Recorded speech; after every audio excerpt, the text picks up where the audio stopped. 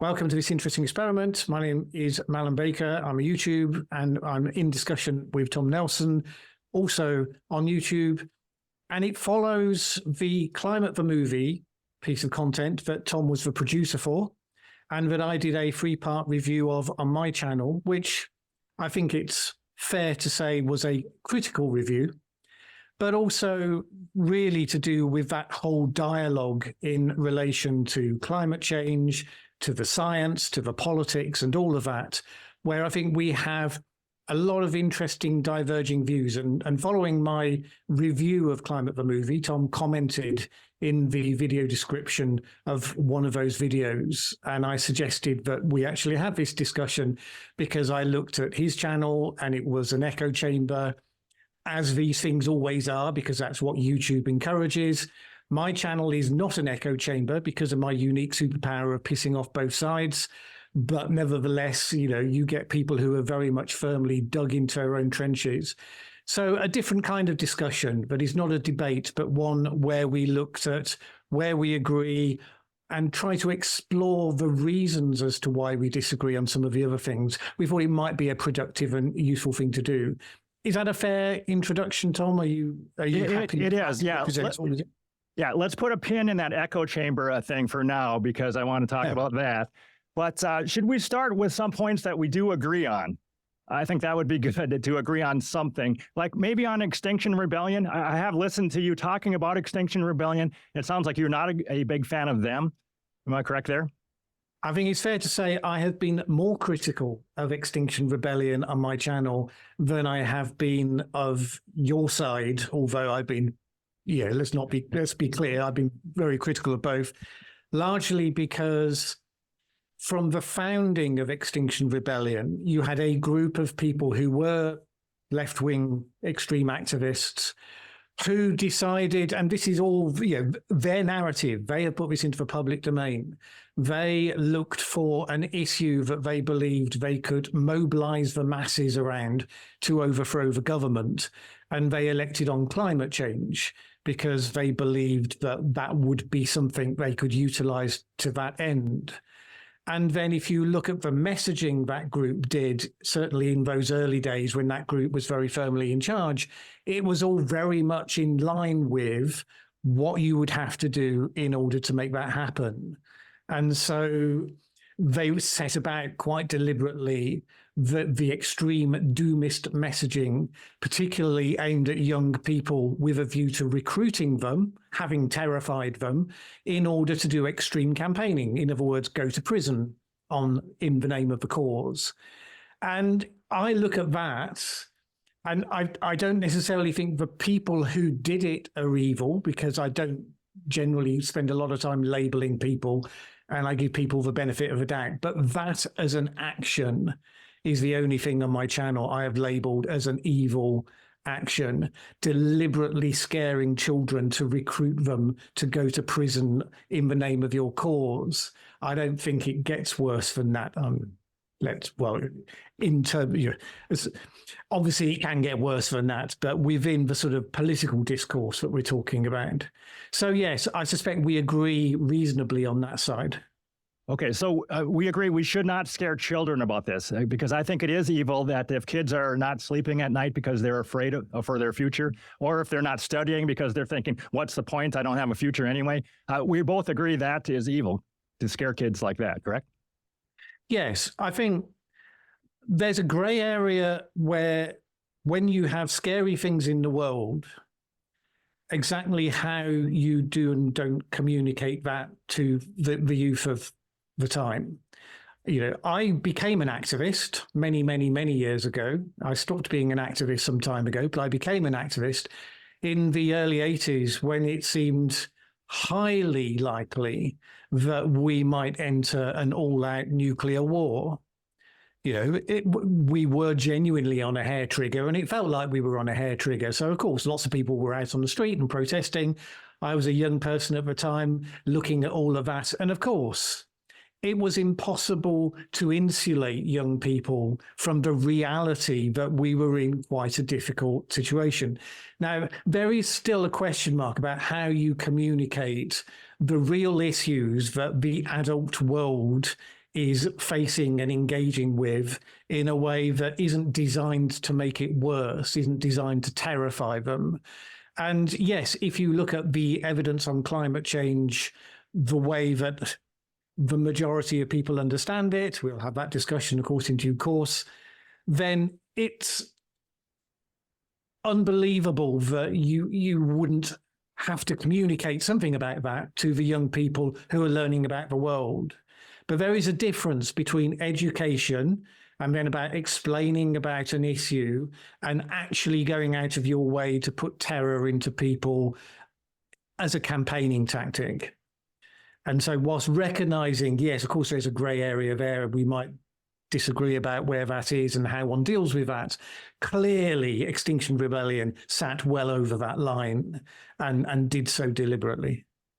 Yeah, and how about this whole idea of blocking traffic or gluing yourself to stuff or smashing glass on the Magna Carta or all this other stuff, throwing soup on paintings? Are you in favor of any of that, or what do you think? So there's two ways of looking at that. One is from a nuisance perspective, which is obviously how most people look at it. But then having been a campaigner many, many years ago, you can also look at it and say, well, does this make sense as a campaign strategy, a campaign tactic? And it falls on that front as well, because if you are trying to win an argument, if you are trying to win a campaign, you're presumably seeking to persuade people to your point of view. That is a remarkably counterproductive approach to doing it. Now, of course, it wasn't counterproductive necessarily for the people who founded XR, because what they wanted to do was to create conflict with a view to bringing down the government. What they didn't want to do necessarily was to persuade a bunch of people about climate change. In fact, when they started, if you did a poll on what people thought about climate change, you wouldn't have found an awful lot of persuading to be done. The majority of people accepted that it was a problem. But by making themselves more controversial and more of a nuisance, if anything, they fed your backlash and raised questions in the minds of ordinary people to say, well, these people look strange, they dress weird, they behave oddly, and they disrupt people like me. Am I going to believe what they tell me about the world, about what we should do about the world? Well, I'm probably not going to. This is why politicians who are seeking to persuade people try to get as few barriers between them and the people they're seeking to persuade as they can, because we trust people who are like us. But they go out of their way to look unlike everyone else. And there's some rationale in their heads as to why they do that. But if you're looking at it from a purely campaign strategy, no, it's bonkers. It doesn't work at all. And yet, once people are dug in their trenches, very rarely will you see that self-questioning that acknowledges when something that you've been doing doesn't work. That is a charge I'd place on your side as well, but it's a very, I will occasionally make comparisons between what they do and what your side does, but it's almost always takes a very different form when I do that. Okay. Another point of agreement I think I found between you and I is that the whole target's like a guardrail of 1.5 C over pre-industrial or 2.0 C. The whole idea of those guardrails, or I don't know if you believe in tipping points at those exact guardrail spots. What do you think? This is really just the difference between looking at what the mainstream climate science community is saying and then the way that it's being talked about politically and within the media and with a few campaigning scientists. So the majority say that there is no cliff edge where you wander over 1.5 or 1.502 or whatever, and then suddenly you're into this cascading consequence scale. 1.5 is better than 1.6, 1.6 is better than 1.7, but there's no cliff edge. That's what I understand the scientific community says and the research that I've reviewed says. Now, of course, when they were coming up with the Paris climate targets, they wanted a target, and there was a rationale for why 1.5, because there are expected to be consequences every step further that you go. So it wasn't that it was completely irrational, but then the way it was communicated started to portray it as the cliff edge number. And of course, you can spot this well in advance, because if you're saying 1.5 is one cliff edge and 2.0 is another cliff edge, you and I can easily spot that those are suspiciously round numbers. And the preference for round numbers, of course, is a human thing, not really a law of physics in any way, shape, or form. So it doesn't necessarily help the rational discussion of these to fixate on a particular target. At the same time, of course, saying that can be used as an excuse for doing nothing, for saying, well, if 1.5 isn't a problem, then 1.6 isn't a problem, then 1.7 isn't a problem, then 3.10 isn't a problem. You know, I understand why people want to put pressure as a campaigning device, if you want, why people want to put pressure that pushes in the direction that they see as essential. And a lot of what your side does and what a lot of the other side does are all entirely understandable campaign techniques based on the positions that people are in and what their objectives are.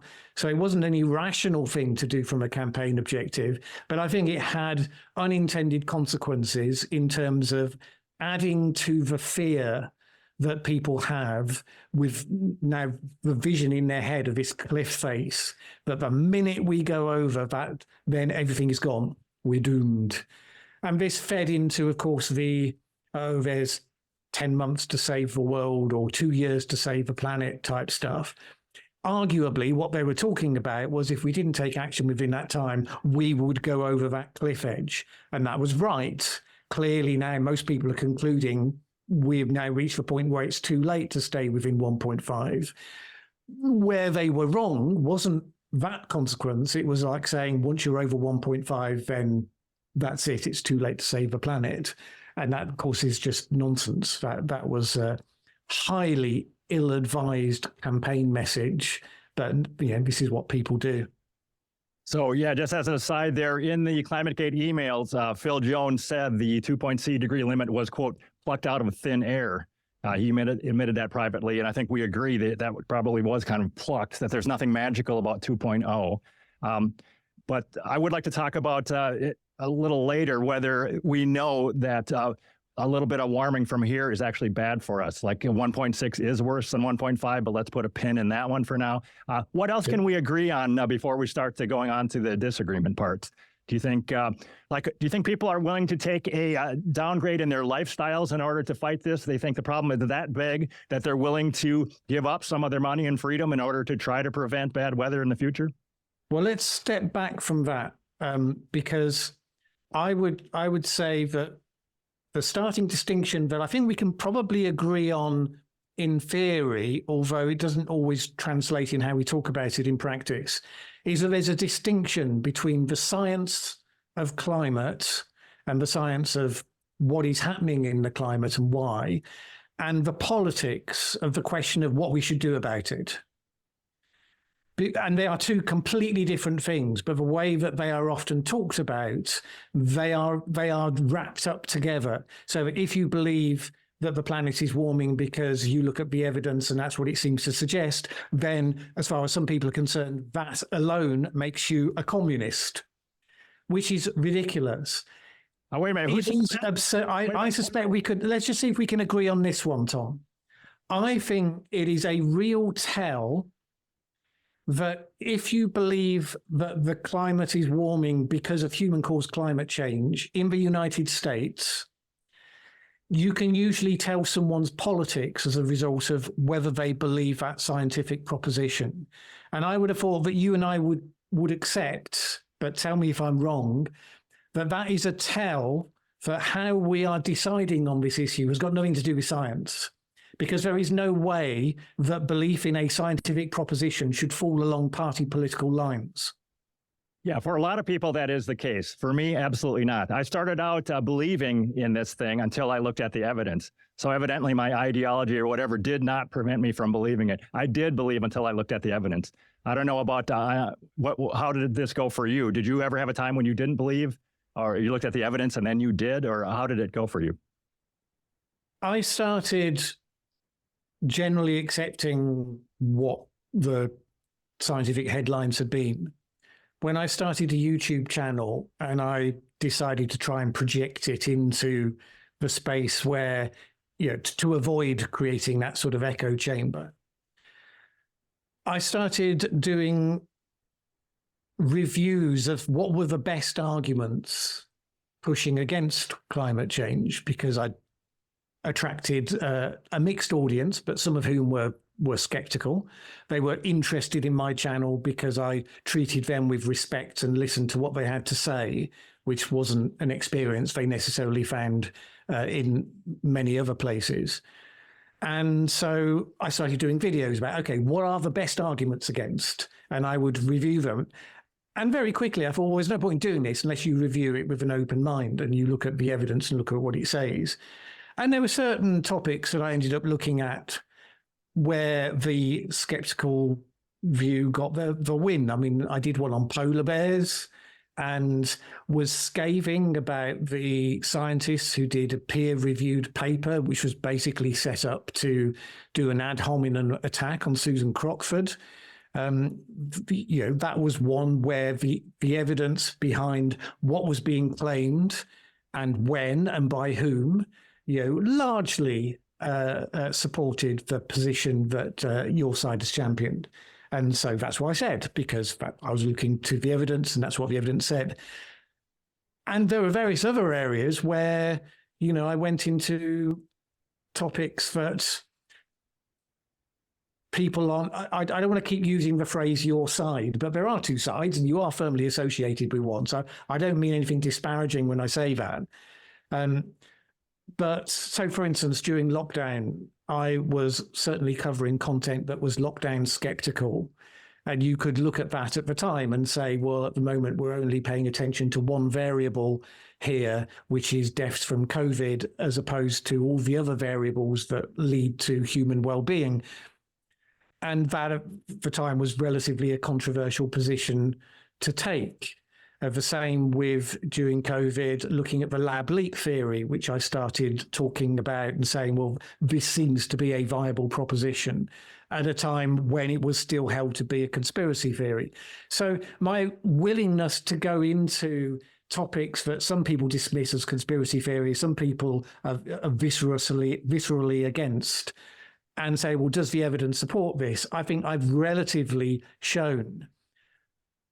Whenever I've looked at core climate issues and critiques, I've only ever come up with a sense that the mainstream research is relatively robust and the criticisms against it, one or two have been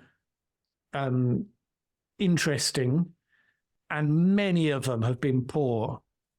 And so that's what I've concluded. Now, I may be right, I may be wrong, but that is consistently my yardstick. I try and define my identity around someone who's fascinated in what's true, because on that basis, if new information comes to light that challenges something I previously believed, I'm excited about that. And I will say, bring it on. Let's see this. This is interesting. I'm interested in gray areas. And I generally don't express opinions unless I think the evidence is there. So I said the lockdown theory, the lab leak theory was viable. I never said that it was proven because the evidence hasn't proven one way or the other. But nevertheless, sometimes just saying that it's viable is controversial enough. So anyway, that's my rather long-winded answer to your simple question. The more I looked at the climate change issues on a piece-by-piece basis, examining the various critiques of them, the more I felt the core science seemed to stand up. And the majority of the skeptic arguments seemed to be based on often misrepresentations.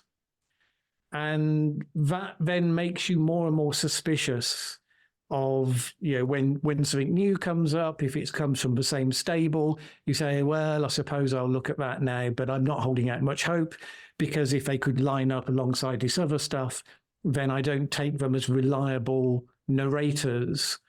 And, you get some sense of this. of people who, whenever you check the references, when they're always solid, you start to trust them, and you might not check the references quite so often. But when you've checked it a couple of times and they were wrong, then you start to think, okay, every time they put something forward now, I am more skeptical. And I'm afraid that's where I've been with your side. You know, if you could give me some golden pitch that explained what we see in the real world better than the mainstream view of that, then I would be excited by that. I would look at that with all seriousness. But I don't. I have to say, what you've given me so far hasn't done it for me. Fantastic. I can't wait to dig into the details of that stuff you said. But I want to back up and talk about this whole echo chamber thing, that you see my channel as an echo chamber and yours as not. But I'm wondering how many climate realists like me have appeared long form on your channel? Because I have had Jeff Price appeared, Gerald Kootenai a couple of times. And then I've invited Michael Mann and Gavin Schmidt. I've invited tens of people from the other side to be on there and lay out their case, but they won't do it. For whatever reason, they won't be on my podcast. I would have tons of people from what we're calling your side, but they don't want to do it. No. You see, what do you mean? No. I am not on a side. You see me as on a side, but you're not on a side. That's right, because we've just been sharing our mutual dislike of what Extinction Rebellion do. They are on the other side. And you see, this is one of the challenges to you, Tom, on all of this, because the way that you talk about so-called climate alarmists rose almost without exception from people in the mainstream of climate science who are just doing a piece of work on what's happening in the Antarctic, all the way through to Roger Hallam and Extinction Rebellion and all of that, as though this is all one amorphous mass. Hold on. Who exactly are you talking about when you say your side? Who exactly are you talking about? I don't talk about. So when I say about your side, is that your question? That's my question, yes. Are you specifying who is my side exactly? What do they believe? So your side, one thing that you need to understand about both sides is that whenever you're on a side, you see the nuances in your own whilst not seeing the nuances in the other. So your side is just as nuanced as the other side. But so you've got people on your side who believe that the planet isn't warming at all the way through to, I guess, Bjorn Lomborg, who says, yes, the planet is warming, but it's not as big a problem as people say, and we should be asking more intelligent questions about what's the most appropriate policies to be following. Now, arguably, all of those are on one side in that they are opposing action on climate change today. You could make that distinction. But of course, there's a world of difference between a Bjorn Lomborg and a Tony Heller and all of these different characters. And in many ways, one of the things that I wanted to ask of you, because in terms of understanding what we agree on, as far as I could tell from Climate the Movie, there were at least 3 and maybe 4 distinct propositions of what might be happening instead of human-caused climate change. That it's not happening at all, or that it's only happening. No. That was not in the movie. Nope, that's your misinterpretation of the movie. There's nothing in the movie saying that the Earth has not warmed since 1850 or since 1975. I don't know any skeptic who does not believe that the Earth has warmed. I'm sure those people are out there. But it's very common on my side. Of course, during the Little Ice Age, it was colder. Of course, during the global cooling scare in the 70s, it was colder. It has warmed since then. It has also cooled since other points in the past. Okay, so showing graphs and saying this, here's the Central England graph, and it shows practically no warming, and it shows some warming. It shows some warming. And here's Central Park, New York, which shows no particular warming. Since the 1940s. It gives an impression. But okay, fine. Nope. So you're clear that's not intentional. No. It's not, we didn't say it. But then you've got other versions, which is about, yes, there's warming, but it's mostly to do with the urban heat island effects. We didn't say mostly, maybe half, we said, maybe half. Okay. When you were doing your debunking, we said it was because of urban heat island, but we never said it's all of it, but some of it is because of the urban heat island effect. Yes, some, not all. Okay, then you've got cosmic rays forming clouds, and then you've got solar effects.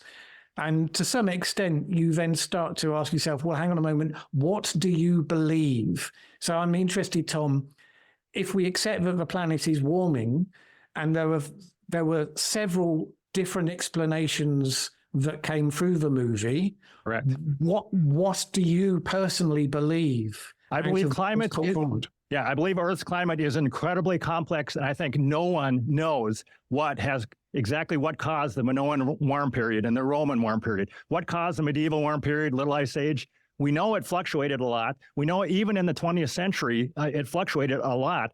And we have ideas. Cosmic rays may be part of it. There's all sorts of ideas, but we don't know. It's not one thing. It's incredibly complex, and nobody on either side, or whatever you want to call it, we don't understand it. But what we do know is that CO2 isn't the climate control knob. It's not the climate control knob. And the Earth isn't too warm. There's no evidence to support that the weather is getting worse. Pretty much, I mean, everything that you hear that is alarming about the climate, there's not evidence to support it. The climate is just fine. And the whole idea that warming from here is going to make our life worse, there's no evidence for that either. Warm periods have always been better for humans and life on Earth than cold periods. So the whole idea that if it warms another 2/10 from here, my life is going to get worse, or life in general for the average person, that's going to get worse, the evidence does not support that. So I'm interested that you slipped from talking about what's causing warming to then some of these other questions, because okay, but I'm saying we don't know what caused it. We don't know what caused the warming since 1975. You don't know. We don't know. How is it? So I'm interested in this. How is it that you are so uncertain about all of these various factors that are flowing around? You're so uncertain about, therefore, what's creating warming. And yet the one point of certainty that you're definitely signed up to is that it can't be human caused. It can't. All of these other things are uncertain. Yeah, but this one you're certain about. Why? Yeah, we are certain about this one because the correlation between CO2 and Earth's temperatures is not there at all. As we look at it, even in the 20th century, your hypothesis is that more CO2 means warmer temperatures. That's the hypothesis, and it's not borne out at all. And you can look back as far as you want at any time scale, and CO2 has never been the climate control knob. So that one thing we do know. We don't know what caused all these fluctuations, but the whole idea that if we know how much CO2 is in the air, we know how warm the Earth is. No, we don't. We have enormous amounts of evidence that is not what's happening, that it's not CO2 as the climate control knob. It is a factor. It's one of many, many factors. But the whole idea that we know what's going to happen, that it's going to warm between now and 2100, if CO2 goes up, we know the temperatures are going to go up. We don't know that. You and I might, people alive right now might easily see 30 years of cooling, even though CO2 goes up, because all sorts of things are happening that we don't understand. We can't predict it. Do you think that sometimes the language that we use on all of this makes nuanced discussion harder? Because you've introduced this phrase of CO2 is being the control knob, which is not a phrase that I had used. Yep. And of course, that phrase implies that it is the sole factor, that it's the only thing that affects climate, which no climate scientist that I've read in terms of any research has ever claimed. One climate scientist used the phrase the CO2 being the control knob of the climate when explaining something to people in one publication. But nevertheless, I get the sense that I have to keep using the thing, your side. Right. I don't mean it to sound like the way that it does. I can't quite think of an alternative way of doing it. But your side is kind of fixated on this phrase. Okay, hold on here. Just let me say one thing here. I'm looking at a paper right now in Science. It's written by Gavin Schmitz and Lasis, and the title of this paper is Atmospheric CO2, principle, control knob. No, that's right. Temperature. Yeah. It was Schmidt's paper that used that phrase as an analogy to try and, absolutely. Schmidt absolutely introduced that phrase into the discussion. But then it takes on a life of its own. What was intended to be an analogy, a way of explaining to people, presumably non-specialist people, ultimately suddenly becomes unhelpful because the implications of it get taken where it wasn't intended. But don't you think a lot of politicians, kids, et cetera, absolutely believe this, that it is the principal control knob, and that's why they're devoting their life to fighting CO2, because they think that that's what's happening? But we're both agreeing that's not the truth. So what we're not allowing here is the nuance of being able to say the thing that is out of balance at the moment is that, yes, humans are adding one element into the atmosphere, CO2, which is pushing what was previously relatively in balance, the carbon cycle, relatively in balance, is pushing it out of balance. In that sense, it becomes the critical factor. Now, I think one can recognize that without demonizing a single element. But how is it? Nevertheless, that is the problem that we have to solve. I'm sorry, how is it out of balance? Because for most of the last 600 million years, there's been way more CO2 there than now. How is it out of balance? We're way closer to the low point of that time than the high point of that time. We had thousands of ppm CO2, and very rarely have we had as little CO2 out there as we have right now. So this whole idea, it's out of balance and there's something bad going on because there's too much CO2, or the atmosphere is filling with CO2. You don't believe that, do you? So what you're doing is you're taking something that happens on a geological time frame, for which we've seen over the course of the planet a certain number of consequences, because even on geological timeframes, sometimes when things change, you get things like mass extinctions and so on. So it's not as though there are never consequences on that time frame, but nevertheless, what happens on a geological time frame, and then what's happening within a human lifetime time frame. Because it's not so much the question of what is the right CO2 level for the planet, what is the right temperature for the planet. Over geological timeframes, life, of course, adapts to fit whatever the conditions are that it has. But within human timeframes, of course, that doesn't necessarily happen. Back in 1974, Kissinger made speeches which I referred to in my review of the movie in the third part, where they had started to see evidence within the US government and administration about the potential of climate change. And they realized that if you look back on human history, even the climate changes that have happened on relatively regional bases and relatively shorter timescales have wreaked havoc amongst human populations from time to time.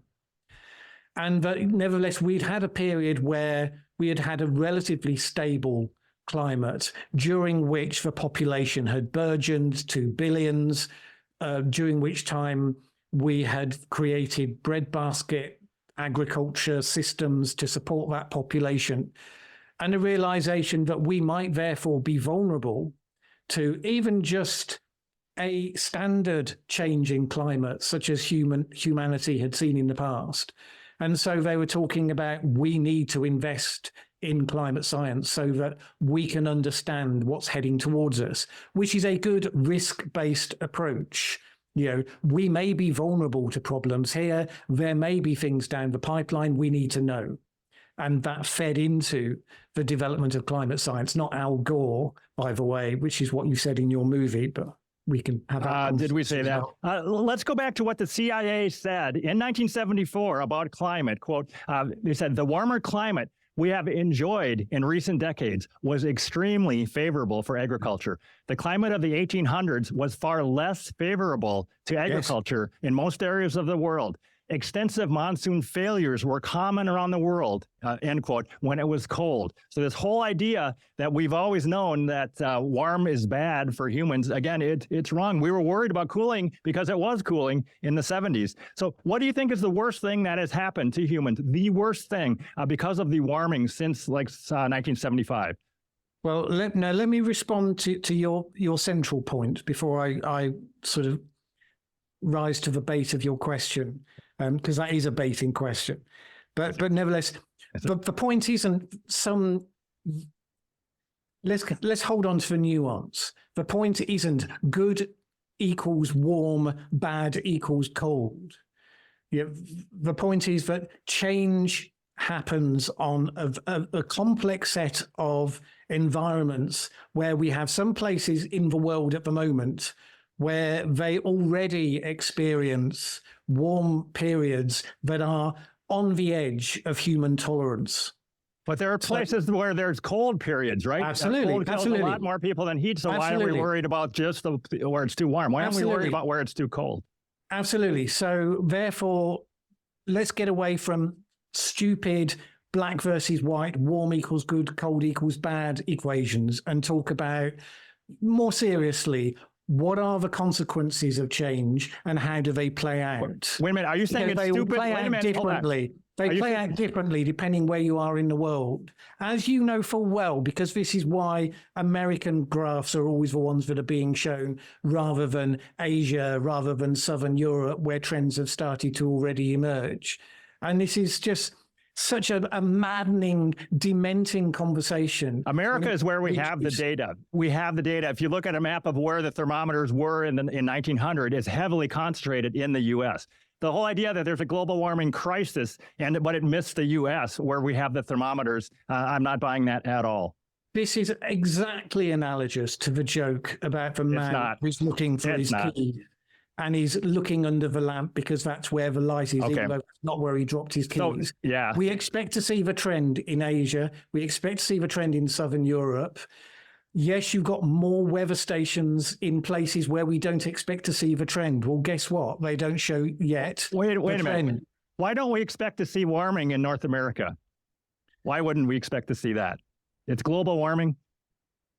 Well, why not? It's where we have the data. This is this whole fake invisible catastrophes. We don't have the data that shows that there's a crisis, but in places where we don't have the data, that's where the crisis is.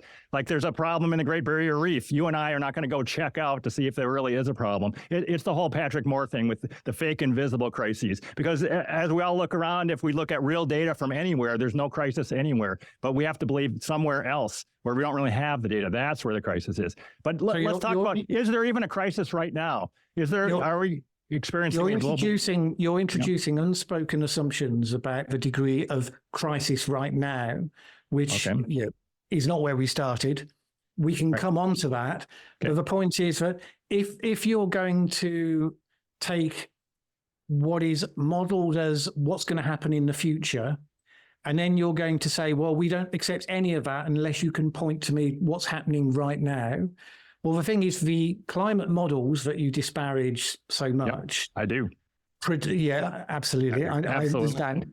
Predict that the earlier signs of climate change show up in certain regions of the world and that they make themselves known, that the poles will warm more radically than the rest of the world, and so on and so on.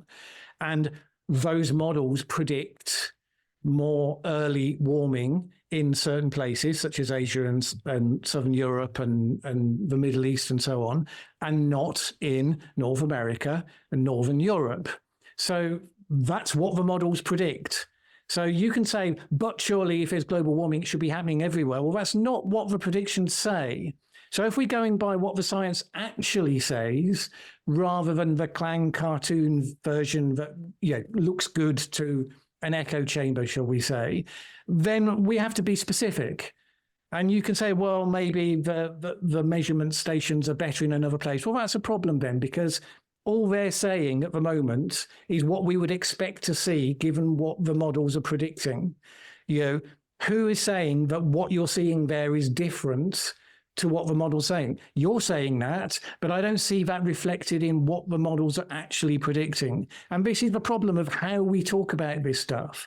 We ignore what the actual, and the other side ignores this as well, because they fixate on doomism and they will cherry pick the doomist papers. And there's a certain number of names attached to those papers that are the only scientists that they pay attention to. That's their problem. But your problem is that you're asking questions that were never in line with what the predictions are actually about. Making demands about, well, where is there a catastrophe today? Who said that there was going to be a catastrophe today in North America? Who said that? A lot of people are saying there's a catastrophe right now. We're getting that from the media. We're getting it that there's we're living in the crisis right now, and people are exposed to that. But let's talk about the model saying that Antarctica should warm faster than the rest of the world. That is absolutely not happening. The models are wrong. Antarctica is not warming faster than the rest of the world. For long periods of time, it hasn't been warming at all. So the whole idea that there's a crisis, but it's skipping North America and it's skipping Central England, where we have the longest instrumental record that we have anywhere, and it's also skipping Antarctica. I think you dismissed the medieval warm period because you think that wasn't global. Like, can't we dismiss this because this isn't global either? And another point I'd like to make is that if the models are right, we've been emitting CO2 for a long time. We've run this experiment, and CO2 has gone up from maybe 280 to maybe a little over 420. We've run this experiment, so then now we can see it's been going on for hundreds of years. We can see whether it's right. Are we getting accelerated warming because of this? And no, we're not. We're seeing all sorts of fluctuations in temperature, even within that period when we allegedly raised it from 280 to 420. So we were running the experiment, and we're not finding out that the narrative is bearing out in reality. It's not happening. Okay, so there was a lot in all of that. There was. And before I come on to it, let me draw the distinction again between what some journalists say and what the scientific literature says, because we can agree. Again, one of the things we can agree on is journalists often catastrophize in ways that, when you look at the reports that they're reporting on, often aren't even backed up by the reports. Sometimes they are, because there are, some scientists who tend towards the catastrophism, the Potsdam Institute and so on. You will often find attached to the tipping point type papers and so on. But very often the headlines are journalists, and particularly even headline writers, maybe not even the journalists who wrote the story, who are trying to get clicks for advertising. This is one of the challenges of that medium. We might agree on that. But we won't agree. Hold on. Let me just say one thing. It's a very important point that you just made that we agree on. That's a huge point that we both agree on, that what is said in the media very often, the headlines in the media are very often way more alarming than what's in the science. That's a huge point of agreement. That might be our biggest point of agreement. Yeah. Yes. Fantastic. But the challenge is when you don't draw any distinction. If people who understand or believe, depending on your point of view, that climate change is a thing, if you treat them as one amorphous mass, so you're lumping in the mainstream of climate scientists with those headline writers, that's when I have a problem. Because, of course, when we have polarization, what each side does is that they see the other side as an amorphous mass, and they take the worst of the other side and assume that that is representative of that side. So people will look at your side and they'll find the most extreme, and they will assume that's what all of you believe. In the same way, you can look at the other side and look at Extinction Rebellion, and of course you put them front and center in the movie, and I don't blame you for that, of course. And you say, this is what that side looks like. And of course, it's just simply not true on either case. I don't associate with either side, but you would paint me as being on the other side because I have the essential qualification that my understanding of the science at the moment is that human-caused climate change is happening, and that some policy response is appropriate. What policy response we could discuss. So that would be enough to put me on that side. Of course, the other side, the Extinction Rebellion, they assumed that I was being paid by big oil because I was criticizing them. So that's one of the things that you get when you specialize in pissing off both sides. But that's what I do. Yeah. So I want to make a distinction. You talk as if just Extinction Rebellion is saying crazy stuff. And you mentioned the whole global boiling thing, and I actually looked up a few of those things. You said literally nobody is saying that the planet is actually going to boil. And we both know that the UN chief, Guterres, said the era of global boiling has arrived. So yes, but completely. We know. Come on, Tom. Yeah. I think that was a stupid thing for him to say. 100% stupid. We know that he didn't say that because he literally thought the oceans were going to reach 100 degrees C. I mean, it was an analogy. It was an attempt to use evocative language. It was stupid. We can call it stupid, but he didn't literally believe How about that the planet was boiling. Let's go on to James Hansen, right? The kind of the father of climate science.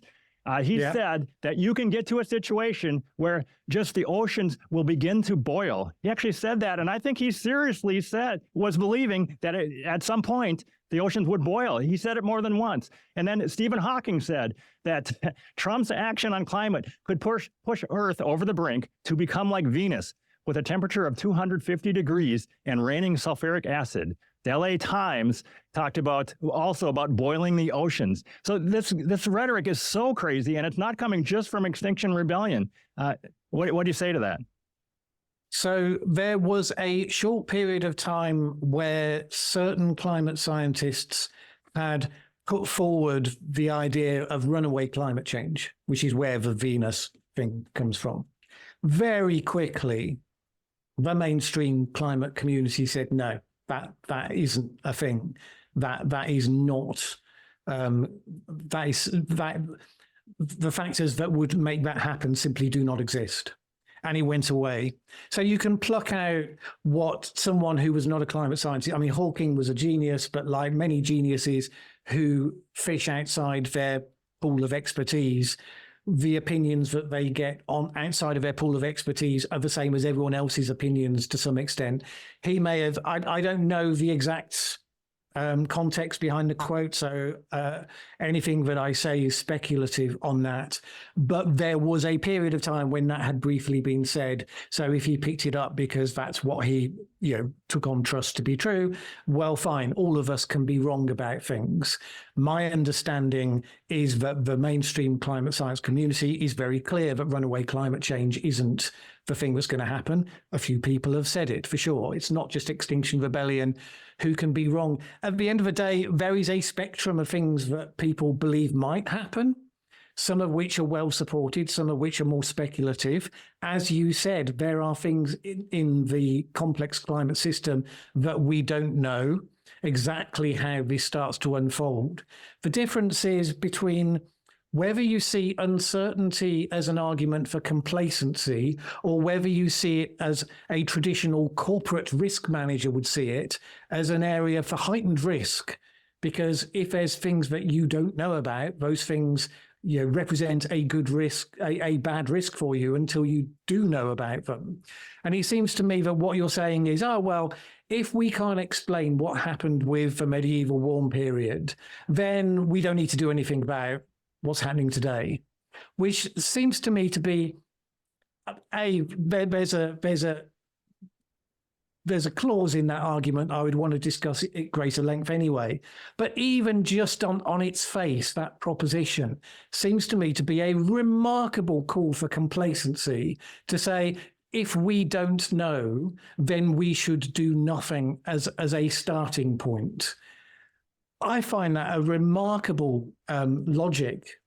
If we don't know, that is a case to really feel that we need to know more, surely, not just as an argument for doing nothing. I'm happy to know more, but then there's all these crazy things that we should give up meat and eat the bugs and live in 15-minute cities and glue ourselves to stuff and never fly again. All this completely crazy stuff to try to prevent bad weather in the future, with this whole assumption that the weather has gotten worse. Cyclones are worse now and droughts are worse. There's all these assumptions that are wrong. We've been emitting CO2 all this time, and none of that, the bad stuff is happening. There's no evidence. Do you think that there is evidence that the warming since 1975 has made our lives worse? I'm just slightly taken aback because of your reference to eating the bugs and 15-minute cities. Mm-hmm. Do you think someone's telling you to eat bugs? I mean, we're hearing that. We're seeing that in the media, that we might have to eat bugs to prevent bad weather. We're seeing that. Are you not seeing that? I'm seeing it. Okay. So you're saying that we see in the media scare stories about climate, and those are definitely not true. And you're seeing in other media that somebody out there is going to force you to eat bugs, but you're choosing to believe that. Why? Why am I choosing to believe it? I'm just saying it's in the media. It's in the media that we have to give up meat. We got to have a meat-free Monday at schools. to prevent bad weather. We shouldn't be eating the cheeseburgers. There's people that feel guilty when they eat a cheeseburger. You see that on Twitter. Do you feel guilty if you eat a cheeseburger? Yeah, but that's different. That's a whole. We can have that discussion. I suspect we would agree on that as well. Actually, to be fair. But your specific thing. So the eating bugs and the 15-minute cities thing. This is one of the areas where I think we are becoming detached from what's actually happening in the world because we are so bunkered into our sides. The 15-minute city thing was some relatively boring, possibly bad, possibly good town planning, which got blown up out of all proportion by people who decided to project onto this that this was climate lockdowns. And it was just such nonsense. Because it didn't reflect what anybody on the ground actually thought they were doing. It was projected onto it as this sort of extremely cartoon version of how the world works. The same that all this idea that Klaus Schwab is going to force you to eat bugs. Yeah, all of that from relatively sober discussions about how one of the more efficient ways of producing protein is going to be through insects. So I know someone who's running a startup company where they're going to be producing pet food produced with an insect company that is able to produce high quality protein from a feed that is a waste, in another context. So you're taking waste, you're turning it into high quality protein. No one's suggesting you should eat it.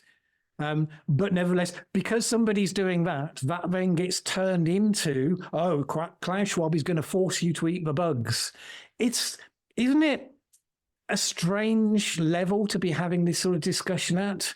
Can't we look at what people are actually doing and have nuanced discussion about what makes sense, what doesn't make sense, without turning it into this, Klaus is going to be taking over the world. The globalists have got their tax on our lawns and all of that sort of stuff. So, I mean, are you suggesting that no one out there's no Bill Gates type out there that would like to restrict our travel, maybe some sort of a carbon credit system where we can only travel a certain amount of time per year, certain number of flights per year, or a certain number of clothes? We can buy like three new pieces of clothing. There's actually a document that talks about getting rid of flying, and we can't buy too many clothes, and we can't eat too much meat. And there's all these types of ways to restrict our freedom. Are you suggesting that no one is planning anything like that? And as far out in the future, we can all fly as much as we want, eat as much meat as we want, turn up our thermostat. There's no restrictions on our freedom being planned for us in the name of climate change? Because I'm seeing tons of proposals about this. If no one is proposing any of this, then I'm happier than I was. Okay.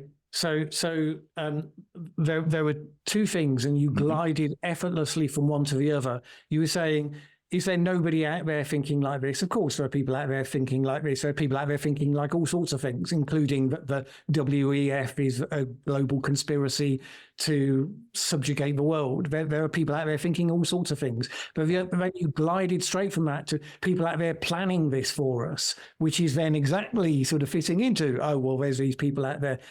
No, there is no conspiracy out there planning this stuff for us. There is a debate. So this may be another point of agreement. So let's see if we can just nudge our way onto this before we get to the next point of disagreement.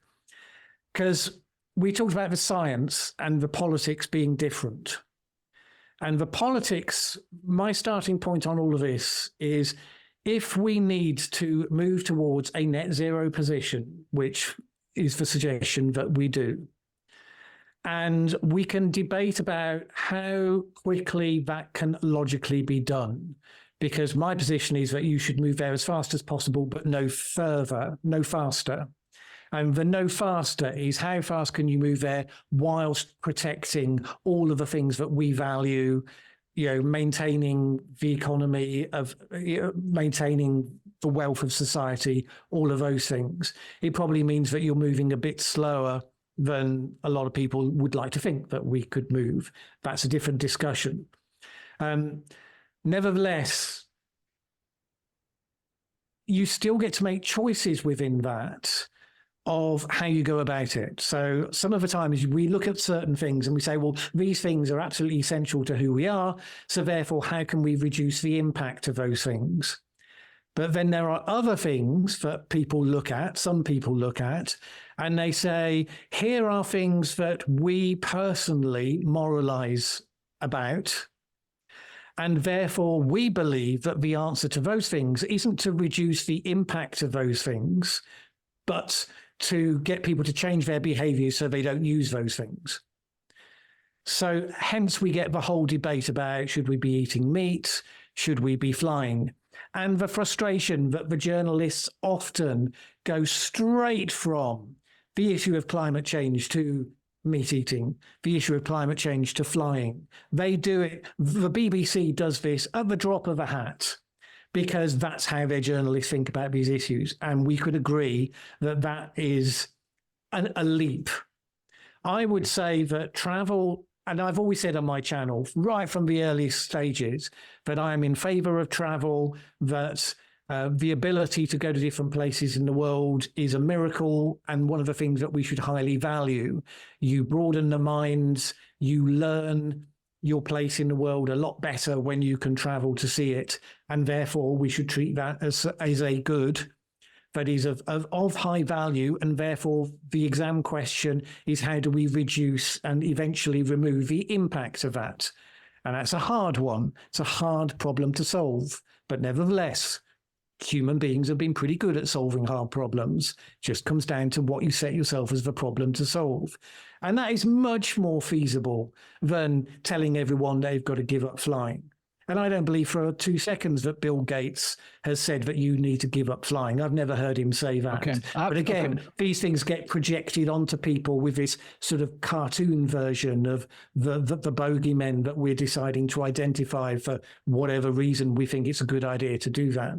Okay, so maybe you don't know about the C40 cities document. I'm looking at it right now. It's an official document of mayors. This is the things they want to do to prevent climate change. It's a long document. It's completely freaking insane. And I think you might even agree with me when you look at this thing. It's not journalists saying that they're saying, I'm looking at it right now, their progressive target for us. They have consumption interventions for food for us. Their progressive target, 16 kilograms of meat per year per person. Their ambitious target written right here, 0 kilograms of meat for you per year. That's what they want to do to prevent bad weather. Same with dairy. By 2030, these people want you to have consumed 0 kilograms of dairy per year. Do you agree it's insane? Okay, I would... crazy stuff. I would need to see that and understand where it's come from, because unfortunately, I can't take as a reliable narrator either side of this polarized discourse. As you've described it there, it sounds highly unfeasible that anyone would vote for it or implement it, because this is one of the things, ultimately, if it's so crazy, then who do you think is going to implement it and who's going to vote for it?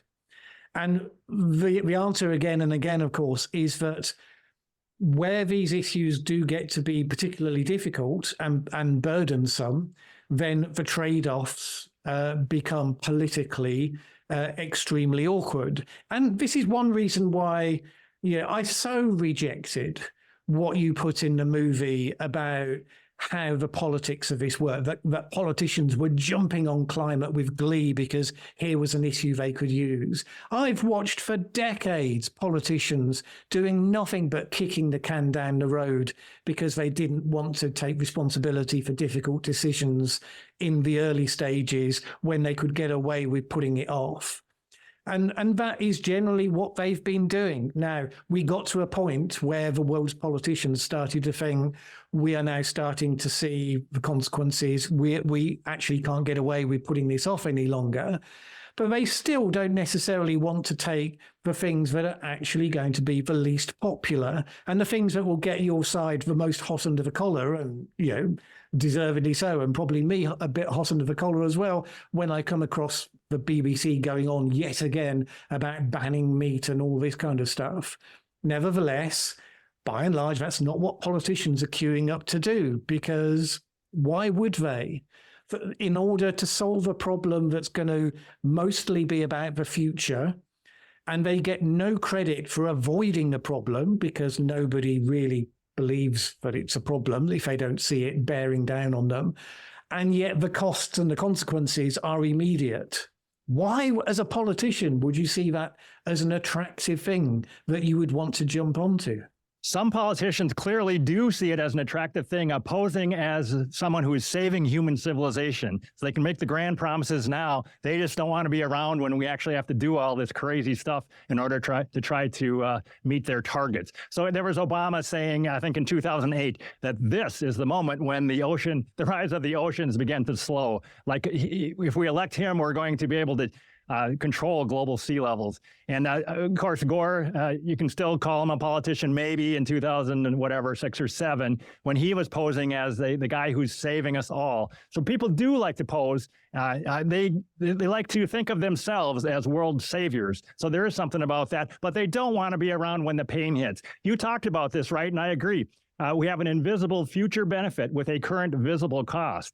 So nobody wants the pain of going through all of these crazy C40 cities types of things. People do want to pose as the saviors of the world. And by the way, I just emailed you. I emailed you a link to the C40 cities thing in case you think I'm not telling you the truth, so you can pull it up yourself. And I am. I'm not accusing you of making the whole thing up. But okay. Let me say something about the politics of what you just said, because there's something interesting in there as well.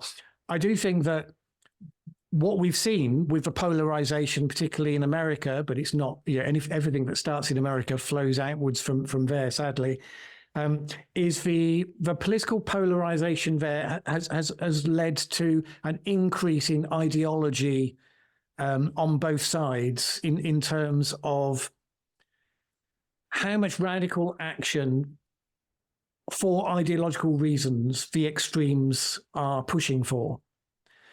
Now, in the UK, I think we've generally had the luxury of a system that pushes our political parties to the centre.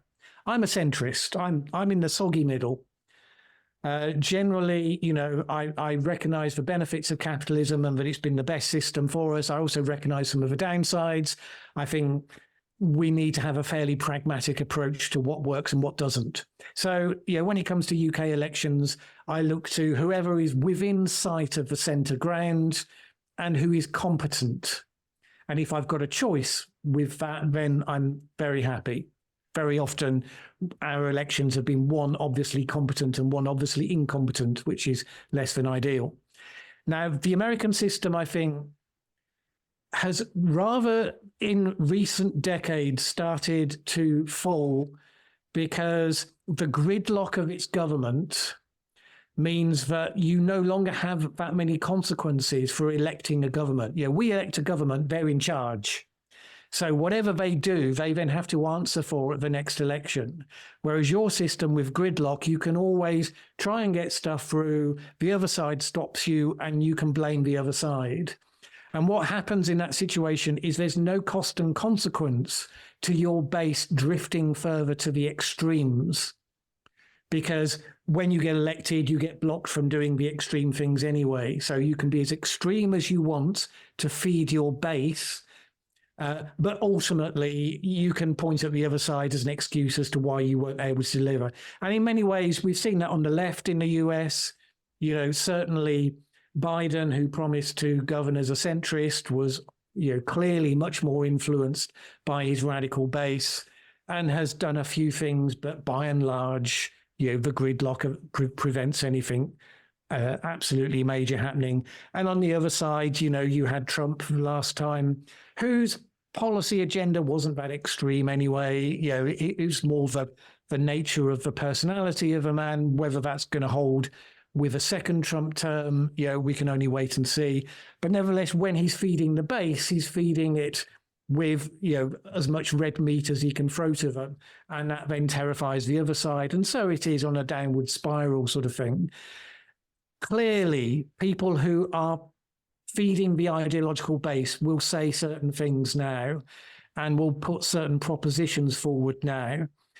But I see a difference between those who are governing with power to actually govern and what they believe that they can actually do before they lose the support of their own people. Wherever you get governments and they've forgotten that, you've gotten backlash and you've gotten pushback. And we've seen some of that in Europe with the agricultural policy stuff that they had in Europe clearly had several steps beyond the pace or even the sensible targets that you should actually be aiming at. And they have reaped a backlash, which is a good thing because it forces you to get better. I've been talking for a long time. I should stop there and let you come in. Very good. All right. I want to talk about your position as a centrist. You have, and maybe now you're working in the field of sustainability, right? Helping companies with, I think you said on a different podcast, maybe half of your work had something to do with helping companies meet their climate commitments, something about climate. I'm just wondering, do you see yourself as someone who approached Climate the movie when you were ready to watch it with a completely open mind and you were open to the idea that there is no problem with CO2 causing a crisis or anything? A completely open mind, or did you have any preconceptions going in? Okay, so there's two things in there. I've done a lot of work with businesses over the last 20 years, largely because they are pragmatic entities that are interested in what works, what doesn't work, and how they can make it profitable.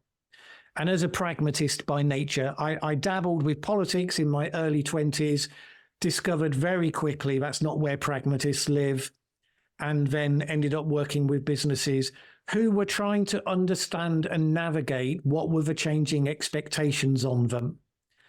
And if you put it that way, then it's a reasonable proposition that is about the changing expectations on the business. So there are certain businesses that have got supply chains that are already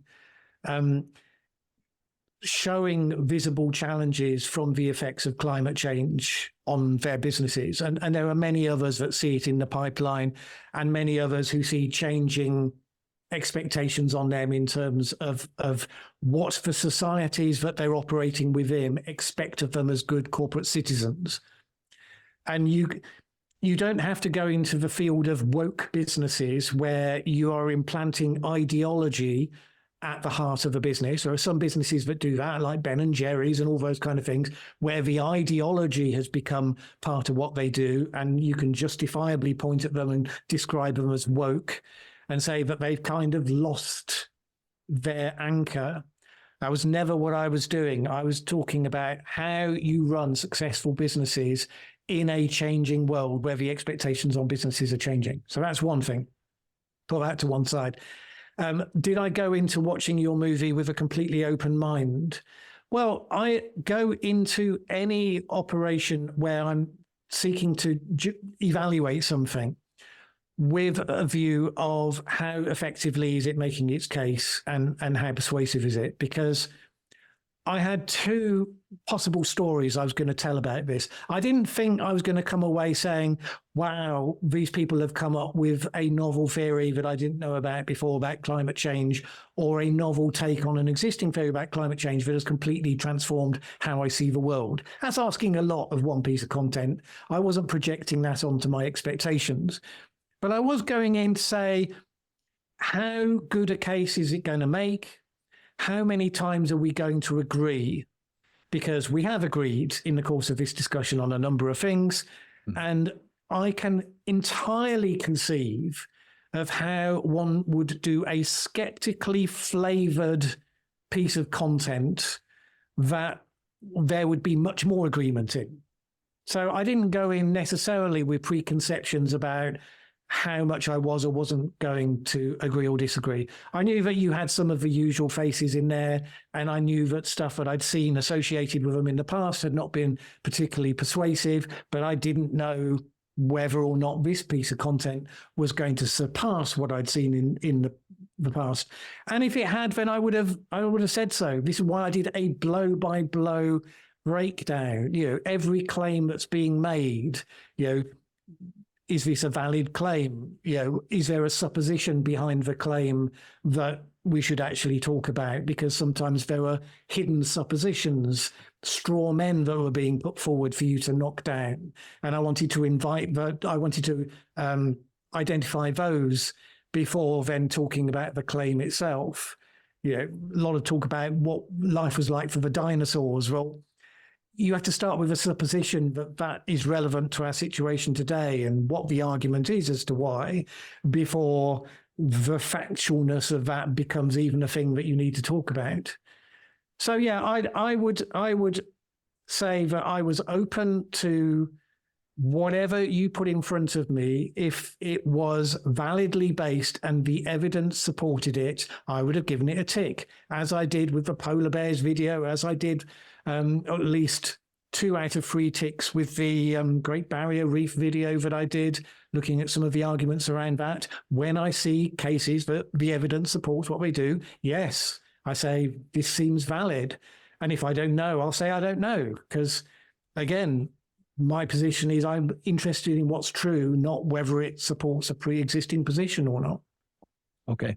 So about our movie that we worked hard on, and we sincerely think we're doing the best we can to present the truth as we see it. You said the movie, quote, spends all its time making truly garbage statements about the science of climate, end quote.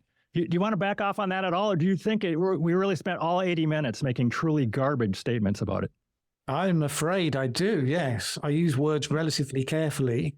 Having gone through on a blow-by-blow basis, I don't see, if you can't put up a graph showing what's happening in Southern Europe and Asia, as well as North America, as well as everywhere else, if you can't show all the data and then give me a version of what's going on that stands up in front of all the data, not just these very, very carefully selected, truncated bits, then yeah, I'm afraid I'm going to be extremely rude about that, because it's not good practice.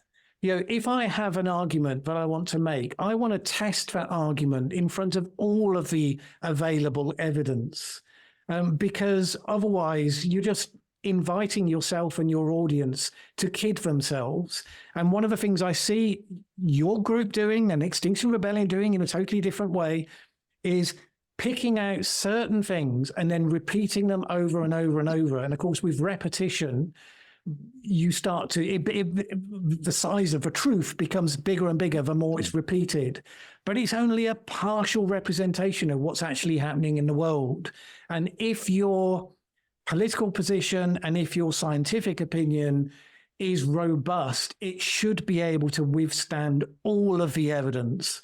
And of course, what your group ends up doing is dismissing half of the evidence, saying, oh, well, climate scientists are cooking the books, which is a very convenient get out of jail free card to say, where the evidence doesn't support our position, then we're going to say that it's faked. So you're claiming that there's long-running temperature stations, there's long records elsewhere in the world that do show something alarming happening with the climate. I'm not aware of those. I would like to see those. I want to see these mythical mythical data records showing that there is something happening in like Central Asia.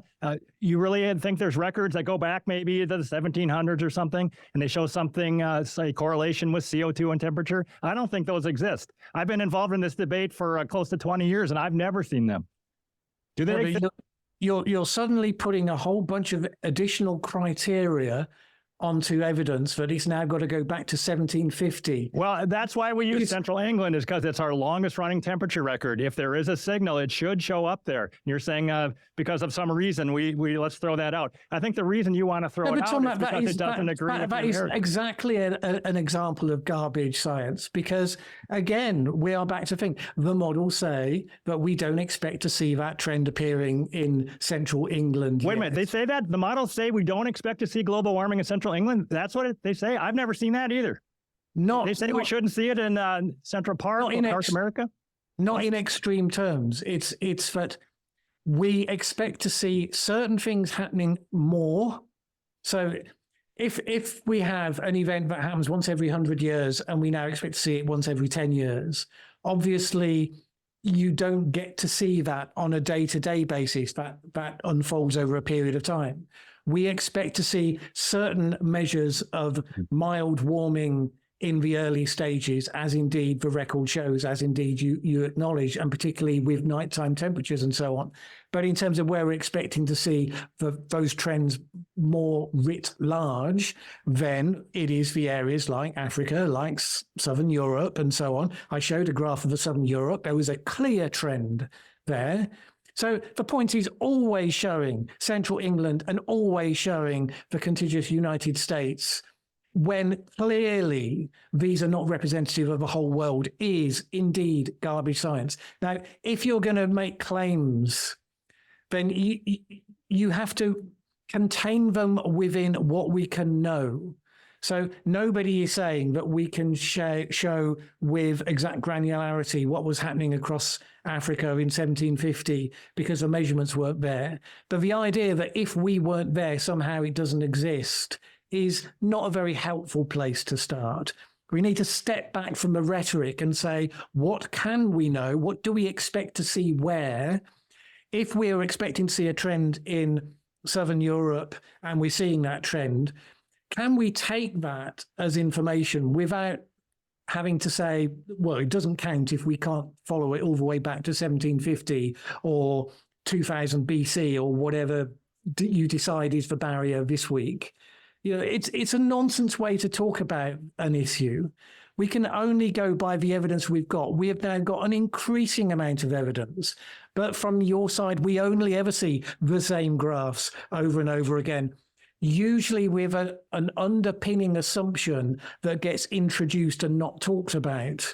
So if we're talking about drought, and yet we don't look at graphs about drought, we get graphs about temperatures, and you're thinking, hang on a moment, I thought we were talking about drought. We do have that data. Yeah, all of these little tricks that get played, yes, I look at those and I say, maybe there is a case to be made here. It is not being done justice to by this manipulation and misuse of data. And particularly when you've got graphs that the end bit where you see the warming has been missed out. I mean, come on, really? What graph are you talking about? So there was like one... Central England? No, there was... While looking that up, let me read something else that you said. You said that emitting CO2 is, quote, like adding steroids to the weather. And you also said climate change is making heat waves in India 100 times more likely. So what evidence do we have that heat waves in India are 100 times more likely now than they ever have been? I think these are absolutely garbage statements that you've made, and I need you to back those up. Where did I say that? I will provide you with the, I don't know, I have it right here. It's definitely a quote from you. Climate change is making heat waves in India 100 times more likely, within quotes. You don't believe that? Because you did say that.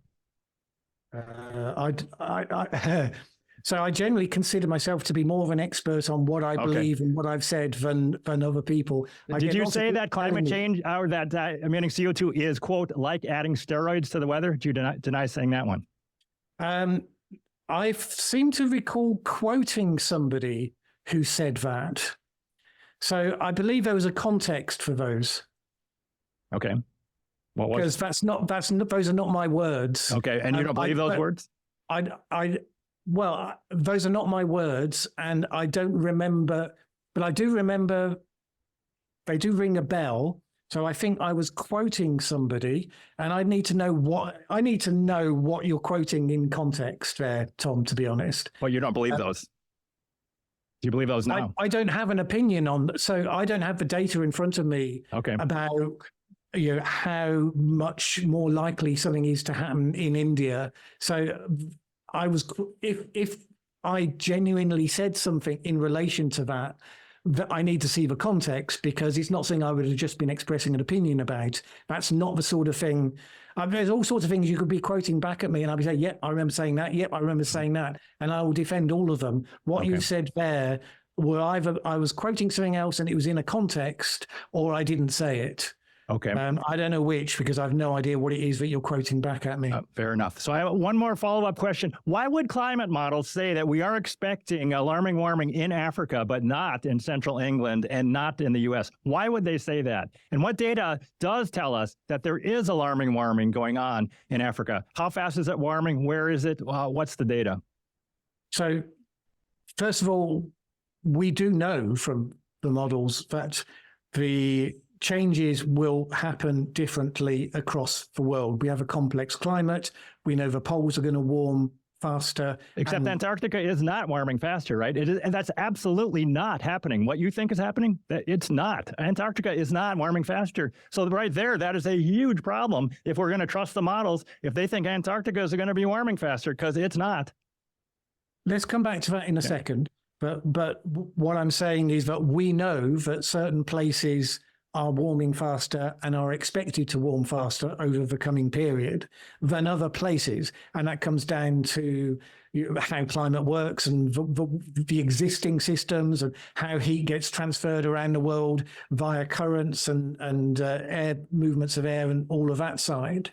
So we do, and there are people on your side who will also acknowledge that, for instance, the poles are expected to warm faster and are using that, in some of their arguments. And those are some of the better arguments that are out there in terms of the impacts that are likely to be felt. Why would you think that the impacts would be delivered in an identical way across the whole globe? Because the Earth gets different amounts of solar insolation depending on the cycle it is, depending on the seasons. Clearly, there are going to be differences in how this works. We've got the polar vortex that can be strengthened or weakened. And when it's weakened, then you can get blasts of cold air intruding across various places. All sorts of these factors that how the increase of energy coming into the globe affects how all of that plays out is a cascading sequence of consequences that are quite unintuitive sometimes. If a polar vortex strength weakens, then we might get more blasts of cold air. And then you get people on your side holding up snowballs saying, ha, and they say it's global warming. All of those things are complexities about how this actually works. Why would you insist that it has to be simple or else somehow it fails your test? I am absolutely not insisting that. Climate is not simple. I don't know who's saying that, but it's not me. I've never said climate is simple. It's incredibly complex. So why isn't it not possible then that the climate models would show that certain areas will see the signs of warming earlier?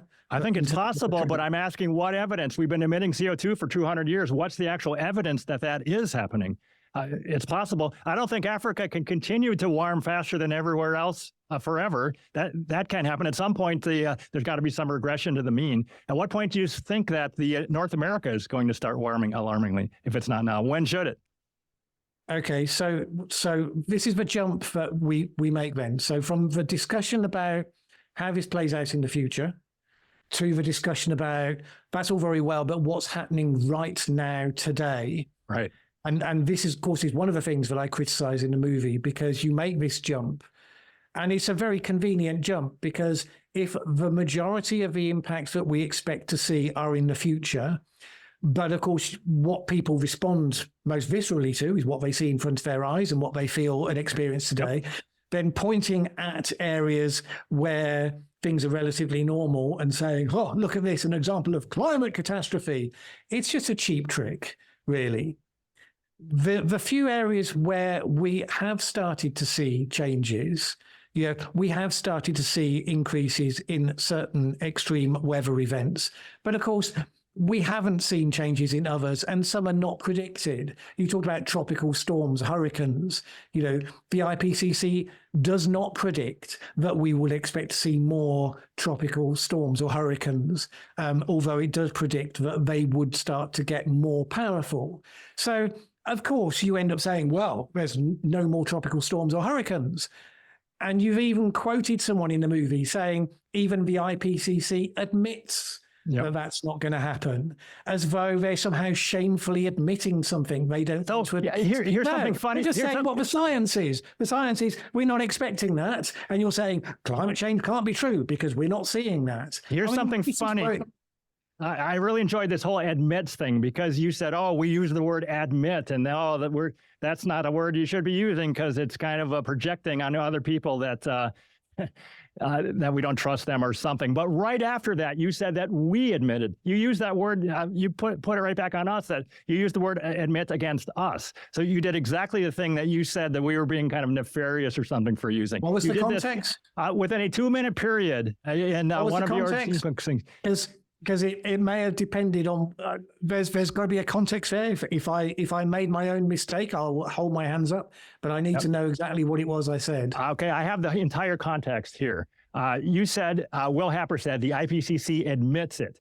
And you said notice for framing, they admitted. It's not that they know it. They openly stated in the report because what the research says, they admit it. Hinting that they really wish it wasn't that way, but you know that they'll grudgingly accept reality. I suppose it pushed to do so by heroic doubters and skeptics. This is the framing that you're being sold here. The IPCC says we don't expect more hurricanes. The data shows we're not seeing. Then right after that, you said the movie has admitted that the planet might just be warming. So right after that, within 2 minutes, you said there's some sort of nefariousness about Will Happer saying admit. But then right after that, by mistake, you said that we, the filmmakers, admit it. So this is something that people do. You criticized us for doing something, and then right after that, you did exactly the same thing. People do that. I make mistakes too, but you did that in your debunking. You did it. Okay, so I think let me contextualize why I said that there, because what I was responding to was one piece of content. Yep. And my understanding, which you've now told me is incorrect, which I absolutely accept. My understanding was, at the start of the movie, you said one of the reasons why this is happening is that there's no warming. And who said that? Wait a minute. Hold on. No. We said there's no warming. We never said there's no warming. Never. Well, no, we did not say that. You didn't use those exact words. Nope. We didn't. No, we don't. Let me finish what I'm saying. Okay. Let me finish what I'm saying, because what I said to you early on in this conversation was that when you were talking about the Central England record, I had interpreted that as saying practically no warming worth speaking about. Then you showed the Central Park thing, no warming. Since the 1940s. I took that as you saying there was no warming. Nope. You said that wasn't the intention, and I accept that. Okay. So I was responding to having taken that your first argument was that there was no warming, and then the next argument was, well, yes, there's warming, but my saying they now admit was in reference back to that early stage. So, if that had been right, that you were saying, first of all, there's no warming, and if there is, then it's not us, that would have been entirely a valid comment, say they now admit it. But what you're actually saying is, well, no, I was wrong to take your first showing of those graphs as saying that you were implying that there was no warming. I think implying that there was barely any warming was certainly the strong emphasis that I got, but I'm happy to take your intent as the way that you said it. Okay. All right. Let's see. We're at the 90-minute mark. Do you want to cover some more? I can go either way, whatever you want to do. I think this has been really valuable to talk this stuff over. I think let's keep going for a little and see if we can wrap it up with smiles and hugs. that sounds great. One thing I wanted to ask is what has been the worst thing that has happened since 1975 because of the warming in your view? Maybe you think that there hasn't been a lot of things yet, but in the future, it sounds like in the future you're worried about bad things happening. But do you think they're happening right now, really bad things happening globally right now because of the warming since 1975? So you're trying to project a certainty onto me that I have no interest in having. Okay. Of course, there have been all sorts of bad climate events over the recent decade or two. Weather events, right? And don't you mean weather events? Yes. Yeah. Okay. And of course, all of them are terrible and they affect real people in serious ways. Now, whenever I've been talking about those sorts of things on my channel, and I don't very often, but whenever I have, I've said, of course, there is no evidence that this specific thing necessarily comes because of human-caused climate change. However, we expect these to happen more often as a result. That is the equation that I hold to. I have been generally pretty skeptical of the climate attribution unit that has been trying to get to the point where they can jump on very quickly to any event and then come up with a pronouncement that says this was made 40% more likely because of human-caused climate change, or this would never have happened without human-caused climate change. I'm not saying that they may not be true, but I suspect the methodology is not yet enough robust to have the weight hanging on it that they project. Okay. But that is my gut instinct based on partially the political intent behind what they're doing, and also the fact that there are a number of mainstream scientists who I have seen raising eyebrows at, some of the issues around the methodology. Not saying that it has no validity, but saying that maybe it shouldn't be being projected with such certainty in the way that it is. So I tend to stay right away from that. There are some, there's been a pretty brutal heat wave across Asia over the last month or so. And I feel for the people that are experiencing that. I'm also extremely aware that some of the areas there have been very close to areas that are beyond the tolerable limit for humans, and in areas where there's a lot of poverty and a lot of people who don't have the benefit of air conditioning and all of that. And I would rather be thinking about, assuming we think that's going to happen more, what can be done to adapt for people who don't live in cities, that for who are not going to have that air conditioning, so that this is not going to be so brutal for them, rather than using it as a thing to point out and say, there you go, see, climate change, because that's not a discussion I'm that interested in having. Okay, I think we're agreeing again then that I don't think the solution, even if we think that heat waves are going to get worse, which I don't think we have evidence that they have gotten worse, but even if we think that, should we try to prevent the heat waves somehow, or should we adapt to it and make sure that they have a reliable power sources, maybe even coal-fired plants or something? They need to adapt by having air conditioning somehow. And the whole idea that they should run their air conditioners on wind turbines and solar panels. I mean, we shouldn't even talk about the green energy thing. Probably that's a whole other thing. But adaptation is important. Yeah. Let's dive into. Okay. That, all right. Because we have no fear in this discussion. Let's do it. So, first of all, I think if you look at all of the different areas, if you look at the data, there are trends in relation to heat waves. Well, what are those trends? Because like where we have the data in the U.S., the heat waves in the 1930s were way worse. That's where we have the data. Yeah, but this isn't data from elsewhere showing the heat waves getting worse. Tell me where that data is. I want to see that. Well, I showed one graph for Southern Europe in one of my videos responding to so there's one. So that's one. There are similar trends in parts of particularly Southeast Asia. But how long? North America. So North America is not the world. I mean, I don't know how Southern Asia is not the world. Southern Asia is not the world. You should know that. No, absolutely. But it is where we expect to see the trends first. We expect to see heat waves there, but we don't expect to see. Why you don't look under the where the street lamp is. You look where you think you dropped the keys. You look to the places where you expect to see first. However, let's go on to the energy side, because this is interesting. So I agree that the evidence shows that the production of CO2 is something that we should avoid, and we need to undergo an energy transition to cleaner forms of energy.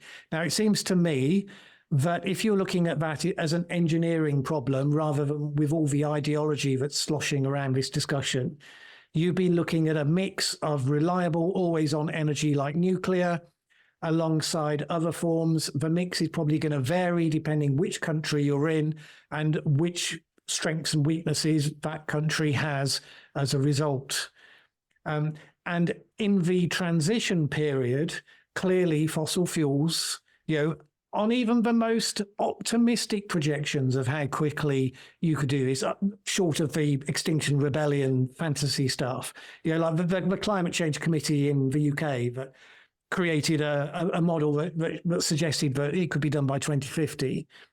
That's the most optimistic projection. That's the earliest date that we've seen that has any kind of rationale behind it. Even with that, fossil fuels continue to play a key role whilst you're in that process of transition if you are doing all the things you should do, keeping reliable energy supply, keeping it cheap enough for people to use, and all of those things that we would agree should be a requirement for a modern day energy supply. And of course, if you're in developing countries where increasing the amount of energy that you use is key to that development, then they need to get solutions that are going to give them what they need first and foremost. And obviously, people like Michael Schellenberger are pointed at examples where inappropriate solutions were adopted, because they were renewable solutions and so on, and they did not meet the criteria for what they actually needed. And we would agree that that was a mismatch. And we could debate about what one should do in those situations. I can't believe that that's an insolvable problem. But of course, all of these things are insolvable when you get ideology into the mix. The challenge is that we've got a whole bunch of people who, for reasons that I find utterly baffling, think that we have to have 100% renewables, 100% solar and wind power, and some one or two other bits and pieces. And now, my understanding is that that will be really difficult, if not impossible, to make work, for all the reasons that you and I would know about the variable power sources and so on. And if they think that it can be done, then, as always, I'm open to understanding what it is they know that I don't.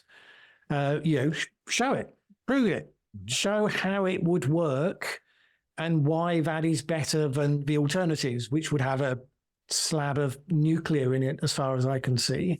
And so far, I haven't seen any evidence to suggest that the people who ideologically believe that it must be all renewable have done the work to actually show that that can work, or even that it should work.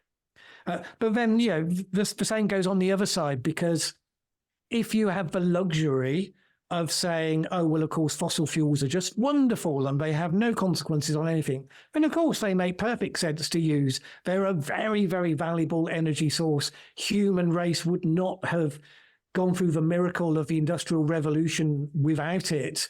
Very dense, portable power source, brilliant. Except, of course, that we do now know that it has these consequences. So the solving of the problem that we need to do is, how do we give up some of those advantages on a managed time frame so that we can compensate for what we're losing by building in the capacity we need to make up the difference? And that should be an engineering problem. And we should probably have to accept it's not going to happen by 2050. Maybe China's right to say that it's aiming for 2060. Maybe it's going to take longer than that. But of course, the challenge with you saying that is you don't want it to happen at all. I'm not saying that. And people I'm saying we don't want to run. I don't want my state to, I don't want people telling Minnesota, you have to run this state on wind and solar, and that's it. Because enormous amounts of people will die. They would actually die if we actually tried that crazy experiment. So I'm totally fine with nuclear power. I think that's probably going to be the long-term way to go. I think we have a lot of agreement on energy here, that we need reliable baseload energy. I was going to ask you about, should we, I think it's crazy to ban the internal combustion engine by 2030, or bureaucrats thinking they're going to prevent bad weather by forcing us all into electric cars. And that somehow is going to provide a payback in reduced bad weather. Do you agree that banning internal combustion engines anytime soon is crazy? So I'm going to ignore the campaign phrase, because the forcing people into cars to prevent bad weather, that's campaign language. Okay, I'll rephrase it and rephrase it. I understand what you mean. I'm just noting the campaign language as we do. Let's talk about about that. I am relatively agnostic to the policy choices that different groups make, in that if they get it right, then it will work and they will take people with them. If they get it wrong, I'm interested to see how it goes wrong and how people respond against. So I understand why some governments have decided that the way of forcing the pace of innovation is to set a deadline. Because after all, we did that in a much easier way when we saw the issue with the hole in the ozone layer, and governments agreed worldwide to ban CFCs, chlorofluorocarbons, on a time scale. To tell business and industry, this is going to be banned at this point in the future. You've got this period to innovate and to come up with your alternatives. And that relatively worked. I know there are some within your audience who will probably think that none of that ever happened and so on. Well, just as an aside here, the whole idea that CFCs are the ozone hole control knob, I think that is absolutely not proven, but go on. I would expect nothing else of you, Tom, but the point is, as a policy vehicle, that idea of pre-announcing a ban in order to force innovation, you can understand why that sometimes works. So there's this thing that right now is really useful, but we've got this problem with it, whether you accept it or not. That's the policy position. There's this problem with it, and therefore we're going to announce a ban in the future to give time to create alternatives so that we don't immediately lose the usefulness of this thing. So you could argue that when it comes to the use of the internal combustion engine for personal mobility and transport, something that we highly value, that is an appropriate policy device to use. Now, would I personally have set it on the challenging time frame that they have? I was surprised when in the UK, Boris Johnson said that we should ban the petrol engine by, now was it 2030 when he said it, or 2035? I forget. I think it was 2030, but it was nudged back to 2035. It seemed remarkably ambitious, particularly from a Conservative Prime Minister. The thing with Boris was that he announced lots of big things and then didn't behave in the slightest in the way that you would have to make those things happen. So all of those targets were set and then they were eventually pushed back. And for me, that is just incredibly bad policy making, because all of the businesses will tell you that what they want is certainty. The motor manufacturers minded less when they were given a firm deadline than they did when they were given a deadline, and then 2 years later it was changed, and then 3 years later it's changed back again, because what the hell are they going to plan on that basis? Mm-hmm. So I think you and I would probably agree that the quality of political decision making in this area has been extremely poor, regardless of which side of the fence you sit on, because ultimately we have seen knee-jerk policy decisions being made. We've seen people setting targets without a clear view of how you would get there. I think people underestimating how much needs to be done in order to get where we think we're going.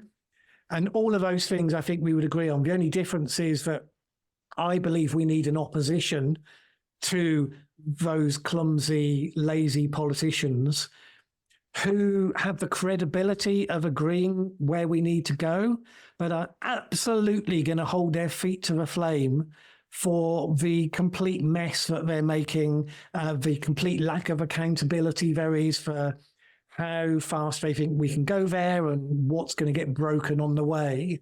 And unfortunately, your group, because it basically says there is no problem, there's no to see here, right, doesn't carry with it the credibility to be that opposition. And this is why I think we have a real democratic problem. We've got extremes who are becoming more and more detached from reality, I think, with the Extinction rebellions who are wallowing in doomism and genuinely thinking that, the planet is going to be finished in 10 years. And the other side repeating to itself over and over again the things that persuade it. It's all just these crazy alarmists and there's no evidence at all of anything happening. And then in the middle, you've got a group of people who are not challenging because they think that they've all got to be in campaign mode to make this thing happen. So you've got an opposition in the UK that hasn't been challenging the government, except by saying you should go further and you should go faster.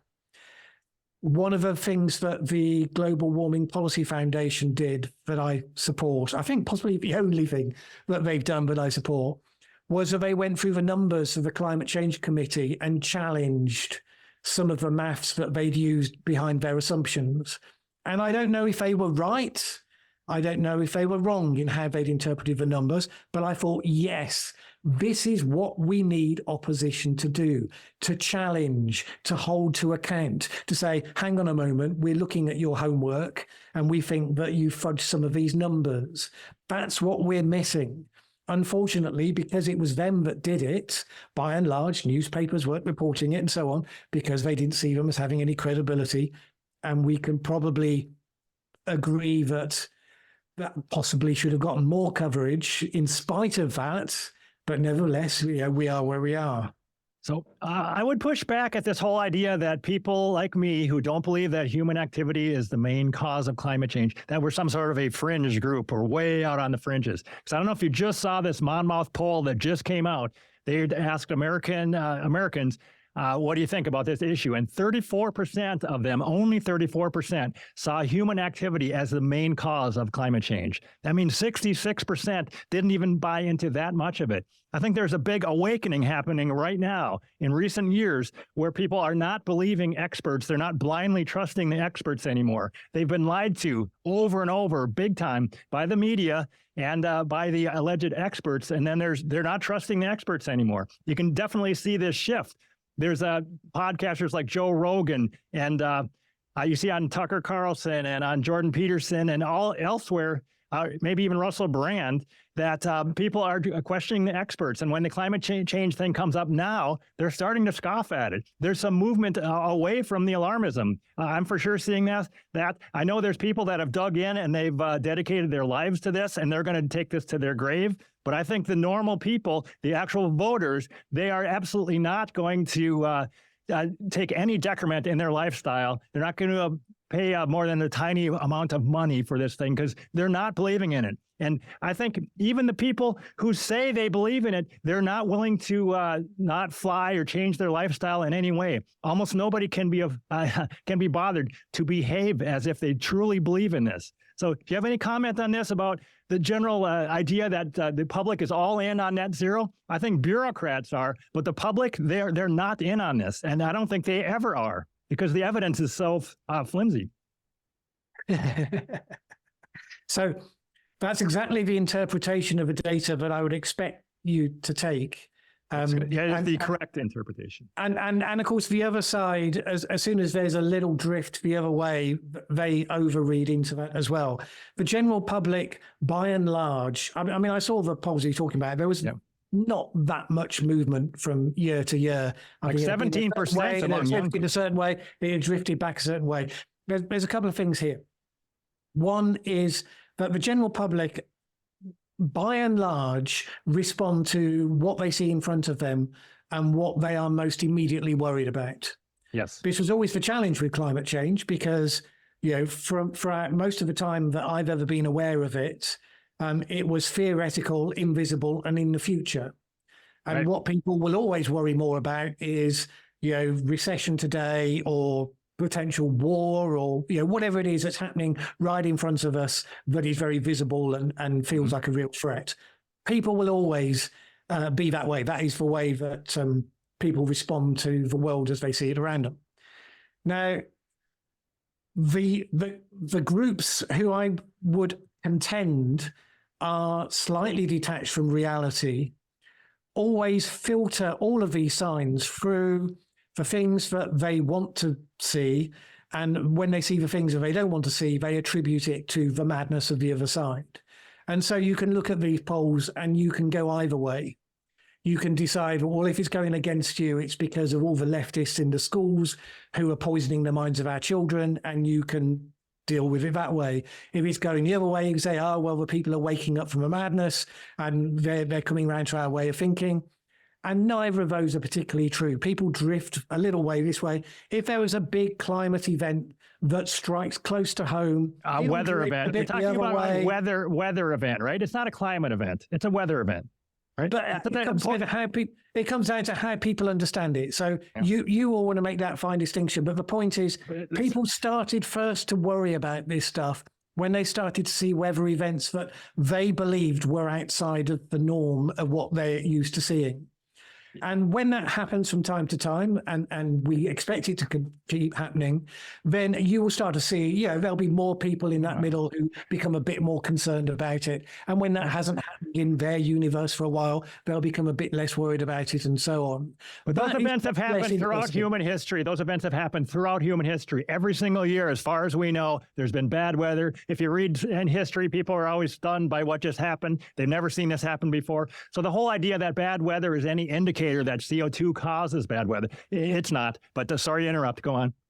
No, but I wasn't making that argument. I was saying that when people see climate weather events that they believe to be outside the norm, then they will drift a little bit more to being concerned about climate change. That is a reaction of the masses. That's not about what you would say about what that event does or doesn't signify. So in terms of what the polls are showing, I think you're being extraordinarily optimistic if you think that it reflects people are waking up to our way of thinking. I don't think it shows that at all.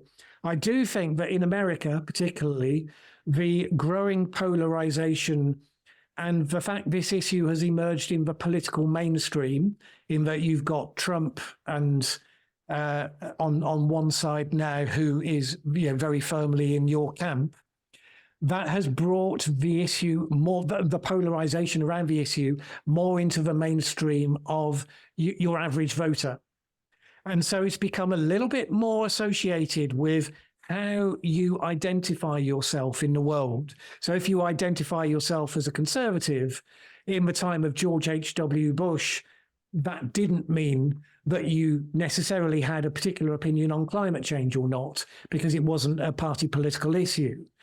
Post Al Gore, and I blame him for this, it started to become a party political issue. And now with Trump, of course, that has very much certainly made it very visible, because you've got the Democrats who've gone one way and Trump is drill, baby, drill, very clear choice.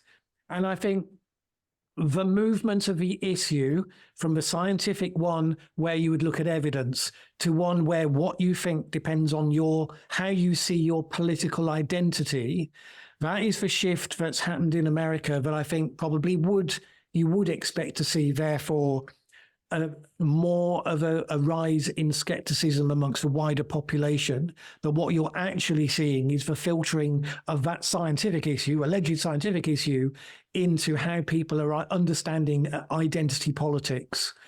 Small, not the liberal identity politics, their version, but generally how people perceive themselves in the world. I mean, I don't know. That is my pure supposition based on how politics is playing out in America and how you would expect that then to play out in how people think of themselves. But I do think that's probably as easily the explainer for what you're seeing in those polls as what you hope it would be. Okay, so your prediction is, as that time goes on, people will wake up to your side. They'll see, oh no, the weather is getting worse, and the polls will show that they're shifting to your side because the weather just keeps getting worse, and now we believe that CO2 must be causing the weather to get worse. That's what you're predicting is going to happen? Because I'm predicting that's not going to happen. Again, I don't have a side. Okay. So my understanding of what the science predicts is going to happen is that we would see signs over the coming decades that will make it clearer and clearer. Now, what does that mean in terms of a general population? I have made no predictions in relation to that, because aggregate human behavior is quite an interesting thing. When we first started to see a few weather events that people did worry about, which I think was around about the time of Al Gore's wretched movie, The Inconvenient Truth. Wait a minute. You're saying that the people weren't worried about weather events before that? There was, I recall that there were a couple of things that happened that got a little wave of concern, certainly across the UK, but I believe it was wider than that. And there was a little bump up in terms of, people being worried about the issue. And then over time, that sort of gradually goes back down again. And it seems to me that aggregate human behavior is dependent on a number of things. One is uncertainty and fear of the unknown. But then also, when something emerges into view, what might happen is that people become clear that, yes, this is definitely happening. But because they're now seeing it, it is a known rather than an unknown. It may actually make them less anxious about it. And you just don't know.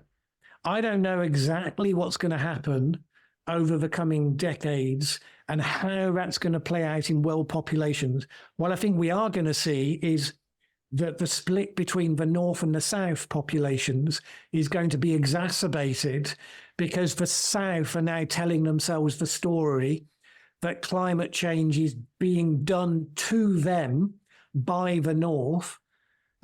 They don't have the resource to deal with the consequences on their populations, and the North is going to be only giving them token support for that, let's be clear. And so I think what you could find is that climate change becomes an ongoing real problem for us as the world, but not necessarily because, or even just not just because of the actual climatic events, but also because of the divisions that then become solidified around it, around world populations. There's a lot of other things to do with that. You know, does China become dominant over America or vice versa? So many geopolitical things in play that affect how all of those things happen. But predicting how the population is going to be thinking about these issues over the next few decades, that's not something I would ever try to do.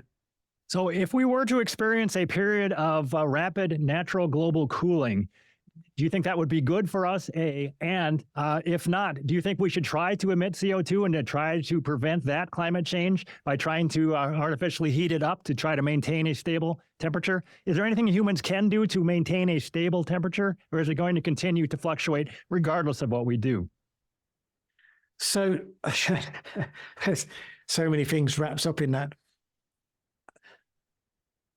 Clearly, we don't expect to see a period where we suddenly get cooling. Are you ruling it out? Let me put it to you this way. If you were to ask me the question, what would it take to persuade you that human-caused global warming was not happening? There would be a couple of things. One would be a competing theory that matches the multiple sources of evidence at least as well or better, which they don't currently. You know, and or secondly, an extended period of time where the globe demonstrably is cooling, where we can rule out some rogue actor.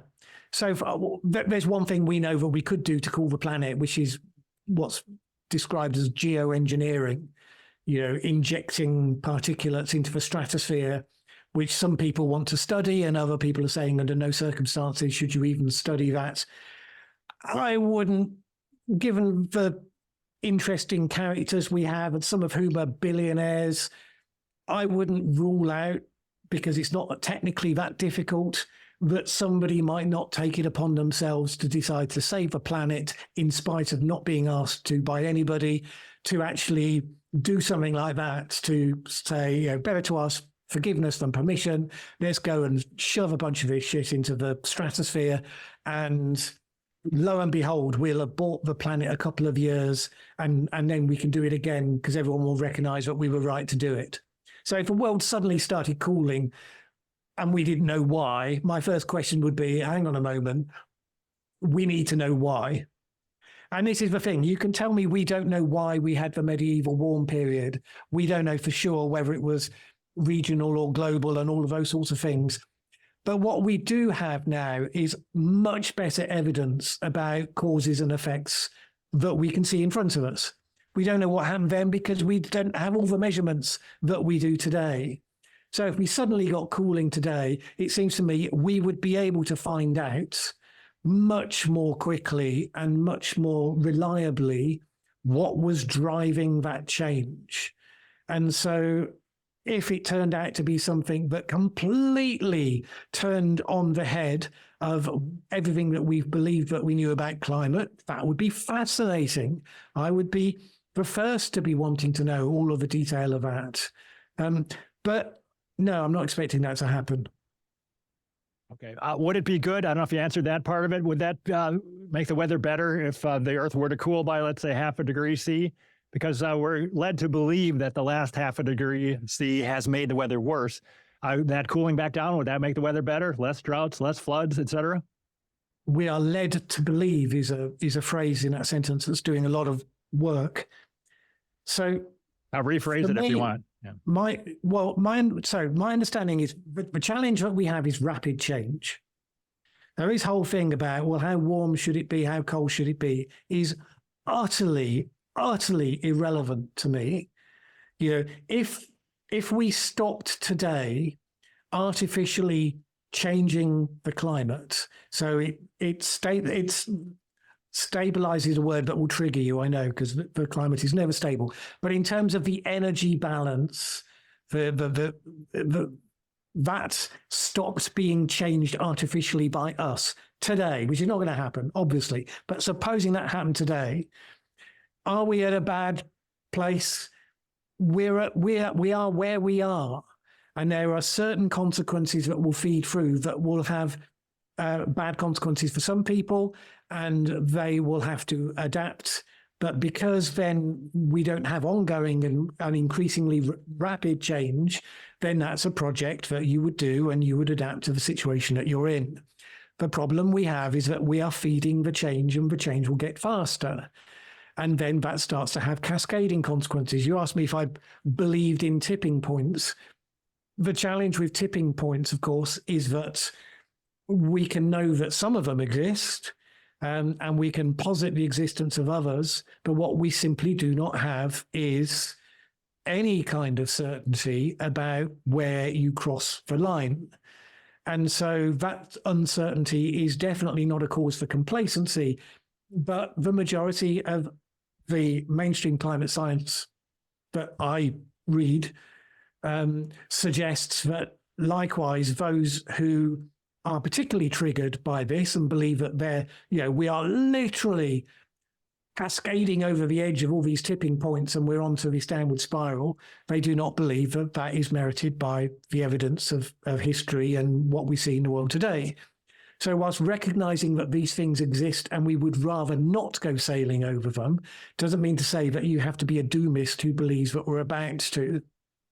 So how rapid do you think this current climate change is? We're told that it's rapid, but compared to what? Like over the last 30 or 50 years, how rapid has the climate change been? And how do we know that humans have not experienced hundreds or thousands of other periods over the last 200,000 years? There's a lot of sliding 30-year periods. How do we know how fast the climate was changing on the 30-year period 10,000 years ago or 1,000 years ago? How do we know that?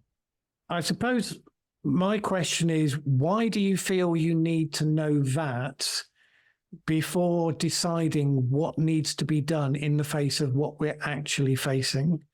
Because it seems to me there are certain discussions that turn into how many angels can dance on the head of a pin. And this whole thing about if you look back into the past, there's bad weather in the past, and that means that what's happening today must be normal. That is a ridiculous on its face argument. It's like saying human beings have always died of natural causes. So this person with a knife sticking out their back must have died of natural causes. So you think bad weather is evidence that CO2 causes bad weather? Well, we need to know is it outside what we've seen in the past? Is it warming faster than we've seen in the past? We don't know that. CO2, we know it must be humans because it's so fast, because it happened so slow in the past. But that's made up. That's garbage science. Completely made up. But it's only garbage science because you create a straw man out of it, saying, oh, CO2 causes bad weather. Weather is caused by many different factors. What we have is a changing element, which is the amount of CO2 and therefore global warming, which then changes the way that all the other parameters are interacting together. So things that used to reliably happen in one place, like the monsoon in India, for instance. Did they ever reliably happen, though? Do we have evidence that it was reliable the last 1,000 years? We could set our clocks by when it happened? No. Not according to the clock. But the point is that when there was unreliability, it was a problem for human societies. And if we're going to artificially create that, exacerbate that unreliability, that's a problem. How do we know that the weather is any more unreliable now than it ever has been in the past? How do we know that? Maybe it's more reliable now. We don't know. It's unpredictable. How do we know this? That is a bold statement on its face. It's a question. How do we know? Ultimately, all you can do is look at the multiple factors that we can measure and that we can look at, and we can model on how this plays out over time. And we can talk about the consequences and how, as Kissinger recognized in 1974, the fact that we have filled the planet with, approaching 10 billion amazing human beings, and that we are now very dependent on a number of breadbasket areas. If we were being rational, we would say that puts us at some risk to the sort of variability that used to devastate societies at various points in the past. So the whole idea... We therefore have an interest in taking seriously how the changes that we're bringing about are likely to play out. And taking that seriously is a rational thing. Whereas looking in the past and saying, well, the climate always changes, and that's an argument for complacency and doing nothing. That is a very strange argument, because in the face of uncertainty, complacency is almost never the rational response, it seems to me. I mean, this whole idea that adding additional CO2 in the atmosphere is going to cause lower crop yields is crazy. It's completely crazy. The Earth has been greening. NASA admits that the Earth has been greening because CO2, I know you don't like that, do they? They do admit that CO2 grudgingly through clenched teeth. CO2 is plant food. People add additional CO2 in greenhouses. They pay to add additional CO2 because it makes the plants grow better. I know you're going to talk about C3 versus C4, but if you look at our world in data, the yields just keep going up. The whole idea that, oh no, the crops are going to fail because there's more CO2 in the air, that is not what's happening. That does not make any sense. Longer growing seasons and more CO2 out there, that helps our crops to grow. There are lots of other reasons why yields are going up, but the whole idea that, oh no, we need less CO2 in the air, that's going to be good for our crops, that doesn't make any sense. There's no scientific backing for it. I haven't heard anyone put it exactly like that. Well, you're kind of suggesting let's worry about our crops because maybe 420 ppm CO2 is bad for crops. Are you not saying that? You're thinking? Are you agreeing with me that it's probably good for crops? No, so let's disentangle this, because obviously it's important. First of all, it is a good thing, obviously, that the yield of various crops has been going up, and that has largely been down to increasing use of land for agricultural production and the improvement of agricultural techniques being used, particularly in developing countries. And there's a certain amount. We're running out of some of those benefits in terms of, we're very close to the edge of how much useful agricultural land that we can actually utilize. Actually, there's an enormous... But nevertheless, there's lots of space left for improving agricultural techniques. There is still some space to go on that. The challenge is not that CO2 is bad for the crops, but the consequences of global warming can be bad for crops. What we are used to is that we've had a number of breadbasket areas, and that we generally see that there's one or two bad weather events or changes that will impact on one of them, or maybe two of them in any given year. And in spite of that, because the risk is well distributed, we manage to produce the crops that we need as a planet and distribute. And the growth of the population, the human population, is slowing down.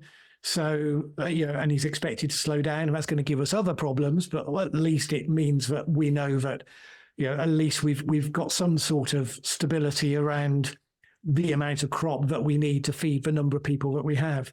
However, if we create more instability, with climate events, then the likelihood goes up that you get several major events taking out breadbasket regions happening at the same time. And the challenge of that is that it doesn't happen until the year when it happens. This year we've had one or two of those, and of course we've had another event taking out another breadbasket, which is the war in Ukraine, nothing to do with the climate. And of course, this is one of the other challenges. Sometimes these breadbaskets get taken out for totally other reasons, and that just then leaves you slightly more exposed to climate events or weather events. So it is a rational, risk-based concern that you don't just look at the line on a graph that's going upwards. You say, what is underpinning that improvement? Can you just draw a continuing line and think that that's the way that it's always going to go? Well, not unless you've analyzed what that growth was created by and what are the factors that's going to affect that growth in the future. But, the straight line fallacy that says if a line on a graph is going one way, it's going to carry on going that way. We know, of course, that often doesn't happen. I've seen people's country GDP going up and up, and then you find out, well, some of that was from unsustainable deforestation, and suddenly it goes down again. At one point, it looked like it was incredibly healthy, but you've got to analyze what is underpinning that continued increase. And this is a challenge. It is a risk discussion. Complacency in the face of it isn't something they felt that they should do in 1974. Since then, we've added billions more humans and more strain on some of those breadbasket areas. And let's, hope together that that never turns into a crisis that we have to face. But it isn't irrational to say increased destabilization of the climate produces potential for real problems in that area. Yep, I completely disagree. There's no evidence whatsoever that CO2 causes increased destabilization of the climate. There's no evidence of that at all. Another thing about the arable land is that when I was talking about crop yields, that is on a per acre or per unit area. It's not because we're farming more land, that's why. I'm talking about crop yields per unit of area, and those are going up. And I completely disagree that we're, by the way, on the edge of farming all the arable land on Earth. I think I've heard you say that elsewhere. I think there's just tons of arable land still that we're not farming. We have golf courses. We got all sorts of stuff going on. We're not farming. We're in the U.S. We're paying people not to put to farms in some places, the soil bank and et cetera. There's a lot of arable land left in Africa that we're not farming. So anyway, the idea that we're going to go hungry because of additional CO2, I reject that 100%. Okay, but so there's a discussion about the amounts of arable land and the equation differs depending on the countries. But of course, sure, if you're going to convert all your golf courses and rip up all sorts of other things, we're not going to do that because that's not what anyone's proposing to do. We're not doing that, but if we had to, we could. We could grow stuff in greenhouses, blah, blah, blah. Yeah. The other thing you need to also acknowledge when you're looking at this equation is that even when you're looking at the studies of how various crops respond to increased CO2 enrichment, there is a trade-off point where increases in temperature start then to offset the improvements in the growth of plants just because of CO2 enrichment. And so, of course, if you believe that, well, that doesn't matter because global warming isn't a thing, well, fine. But if for the rest of us... No one is saying that global warming isn't a thing. I haven't heard But if for the rest of us we recognize that, yes, as CO2 increases, then the planet will get warmer, then there is a trade-off point where the benefits that you're getting at one level get traded off. And of course, this is in those areas that are not experiencing the extremes. So, in Southern Europe, for example, we had over the last 2 summers extremely difficult times with heat waves and drought and fires. And that resulted in, of course, lots of crop damage. And likewise in India last year, Gujarat area around there, they had massive unseasonal floods that destroyed lots of crops. So, of course, it's not just about, if the weather stays broadly the same, but there's a bit more CO2, everything will go great. That's not the issue. The issue really is that when you do get those extreme events, then very often, if they coincide with an area that's a breadbasket, a huge amount can be taken out by those events. And we just don't want to see multiple ones taking out zones at the same time. I think it's pretty clear that warming from here, even a degree or 2 degrees warming from here, would increase the amount of arable land. You could farm in places in Canada where you can't farm now because the growing season is too short. So cold is the enemy of farming in general, and warmth is good for farming. And the whole idea that global cooling, if we want to go back to the Little Ice Age because that would be good for farmers, no, it wouldn't. That would be very bad for farmers. You say that, but then that's great for people in Canada. Yep. And yeah, absolutely. We should take the benefits. I live in a place now where they're growing wine again, and I'm happy with that. Yeah, we'll take. You like warm weather, right? Yeah. Which is all very well, but if you live on the equator and you've been making a success barely with agriculture there in the face of a relatively tough, arid climate, that extra degree of warming is not going to be your friend in the same way that it is for those people in Canada. And it's all very well to sit back and say, as a world, we will be fine because we'll be able to do this in Canada. But people don't live in the world. They live in particular locations, in particular countries. And when you say, well, it's all very well, of course we can adapt. What that has looked like through history was people being forced to migrate. And the people who say we should adapt are often not overly keen in some of the consequences when they turn into mass movements of people around the world. So let's just be clear about, no, this doesn't play out the same in all of these different places. Yes, lovely for Canada. Yes, pretty good if you're in the UK, to be honest, at least for now. But many parts of the world, that's not the equation that a little bit of extra warmth means for them. Let's just be clear about that. Are you clear about the fact that your models that you like say that the warming near the equator should be moderate compared to much more warming further away from the equator? So we could have a warmer world where the tropics don't warm very much, but Canada, where we want the warming, that does warm more. That's what's supposed to be happening. It's not supposed to warm more where it's really hot at the equator. Well, it's interesting that with all of the evidence that we have about the different ways that this will play out, if you choose to fixate on only the bits that you think tell good news, and you ignore the bits that would be extremely difficult for people and for the planet generally, the species and so on, that is a choice that you make. And I think that, whilst, as I said, recognizing and celebrating the areas where there will be benefits and bonuses, I still think that on a solid risk management basis, it makes sense to be clear-sighted about what's happening and what the real consequences of that are going to be. And I don't see why you wouldn't frame your public policy going forwards on that sort of looking at the whole rather than just the bits that you want to see.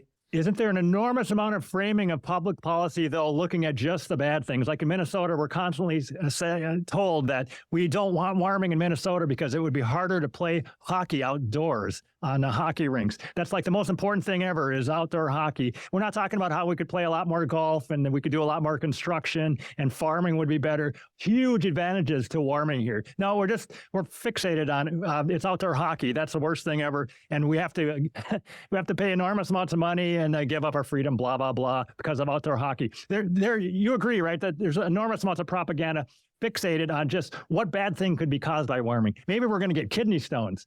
I've seen that over and over. It's going to be so warm, we're going to get kidney stones.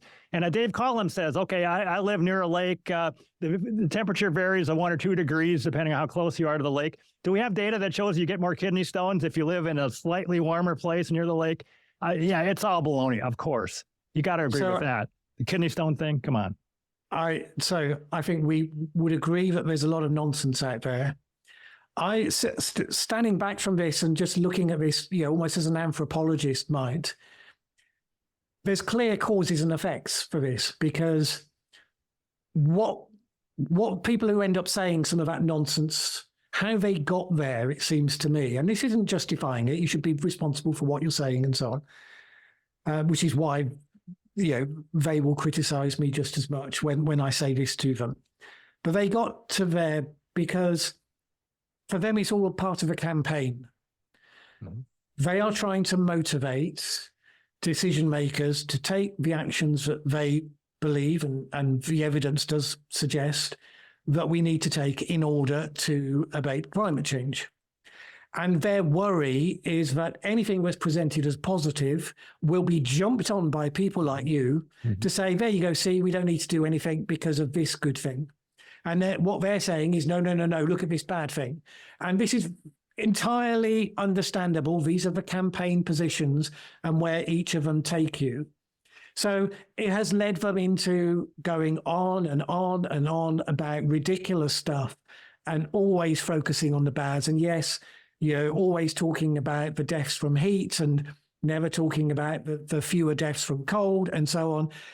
The thing is that if we could agree that, yes, there are good and there are bad, and we can nevertheless look at it and say, and yet therefore we still need to do this, then probably a lot of that stupidity wouldn't be happening. But because we're in this clown cartoon version of this, where heat good versus cold bad, people are ready to jump onto any old. When I put nuance into some of the videos that I'm talking about, there will always be people in the discussion forums jumping onto them saying, aha, you said this, therefore. And it's just like, yes, I understand why these people end up only ever wanting to talk about the bad things because of his stupidity. Nevertheless, if you say stupid things, even if that's how you got there, you still have to be responsible for what you're saying and whether it's true or not, and whether you're scaring people unnecessarily and all of those things. We would absolutely agree on that. So I don't think there's many evil people in this discussion. I don't think there's evil people on your side. I don't think there's evil people on Extinction Rebellion side. I think there are evil things that are done occasionally, and that should be called out whenever it happens. Nevertheless, I do wish that we could get this discussion onto the center ground where nuance is something that we're allowed to have, and we don't have to talk in these shades of black and white. And that really, I guess, is the whole message from the last 2.5 hours of this discussion, which I suspect we probably need to bring to a close. That sounds great. I'm glad you said it first, because I was ready to say that too. So yeah, this has been a great discussion. I think we have exchanged some nuance, right? We've agreed on quite a few things, disagreed on things. I think it has been very healthy to talk about this. And thank you for taking the time. Well, likewise, I think this, whether people think this was a good discussion or a bad discussion, I think it's different to an echo chamber discussion. And it's also different to an artificial debate where you've just got people battering each other with their positions. Yeah, I think we've explored each other's views and just probed a little bit about how we got there and what's underpinning them in a very creative and engaging way. So hopefully other people will think so as well. Okay. All right. I think I'm done talking. Thank you very much. And maybe we can do this again. We'll talk it over. Thank you, Mallen Baker. All right, Tom. Thank you very much. Goodbye.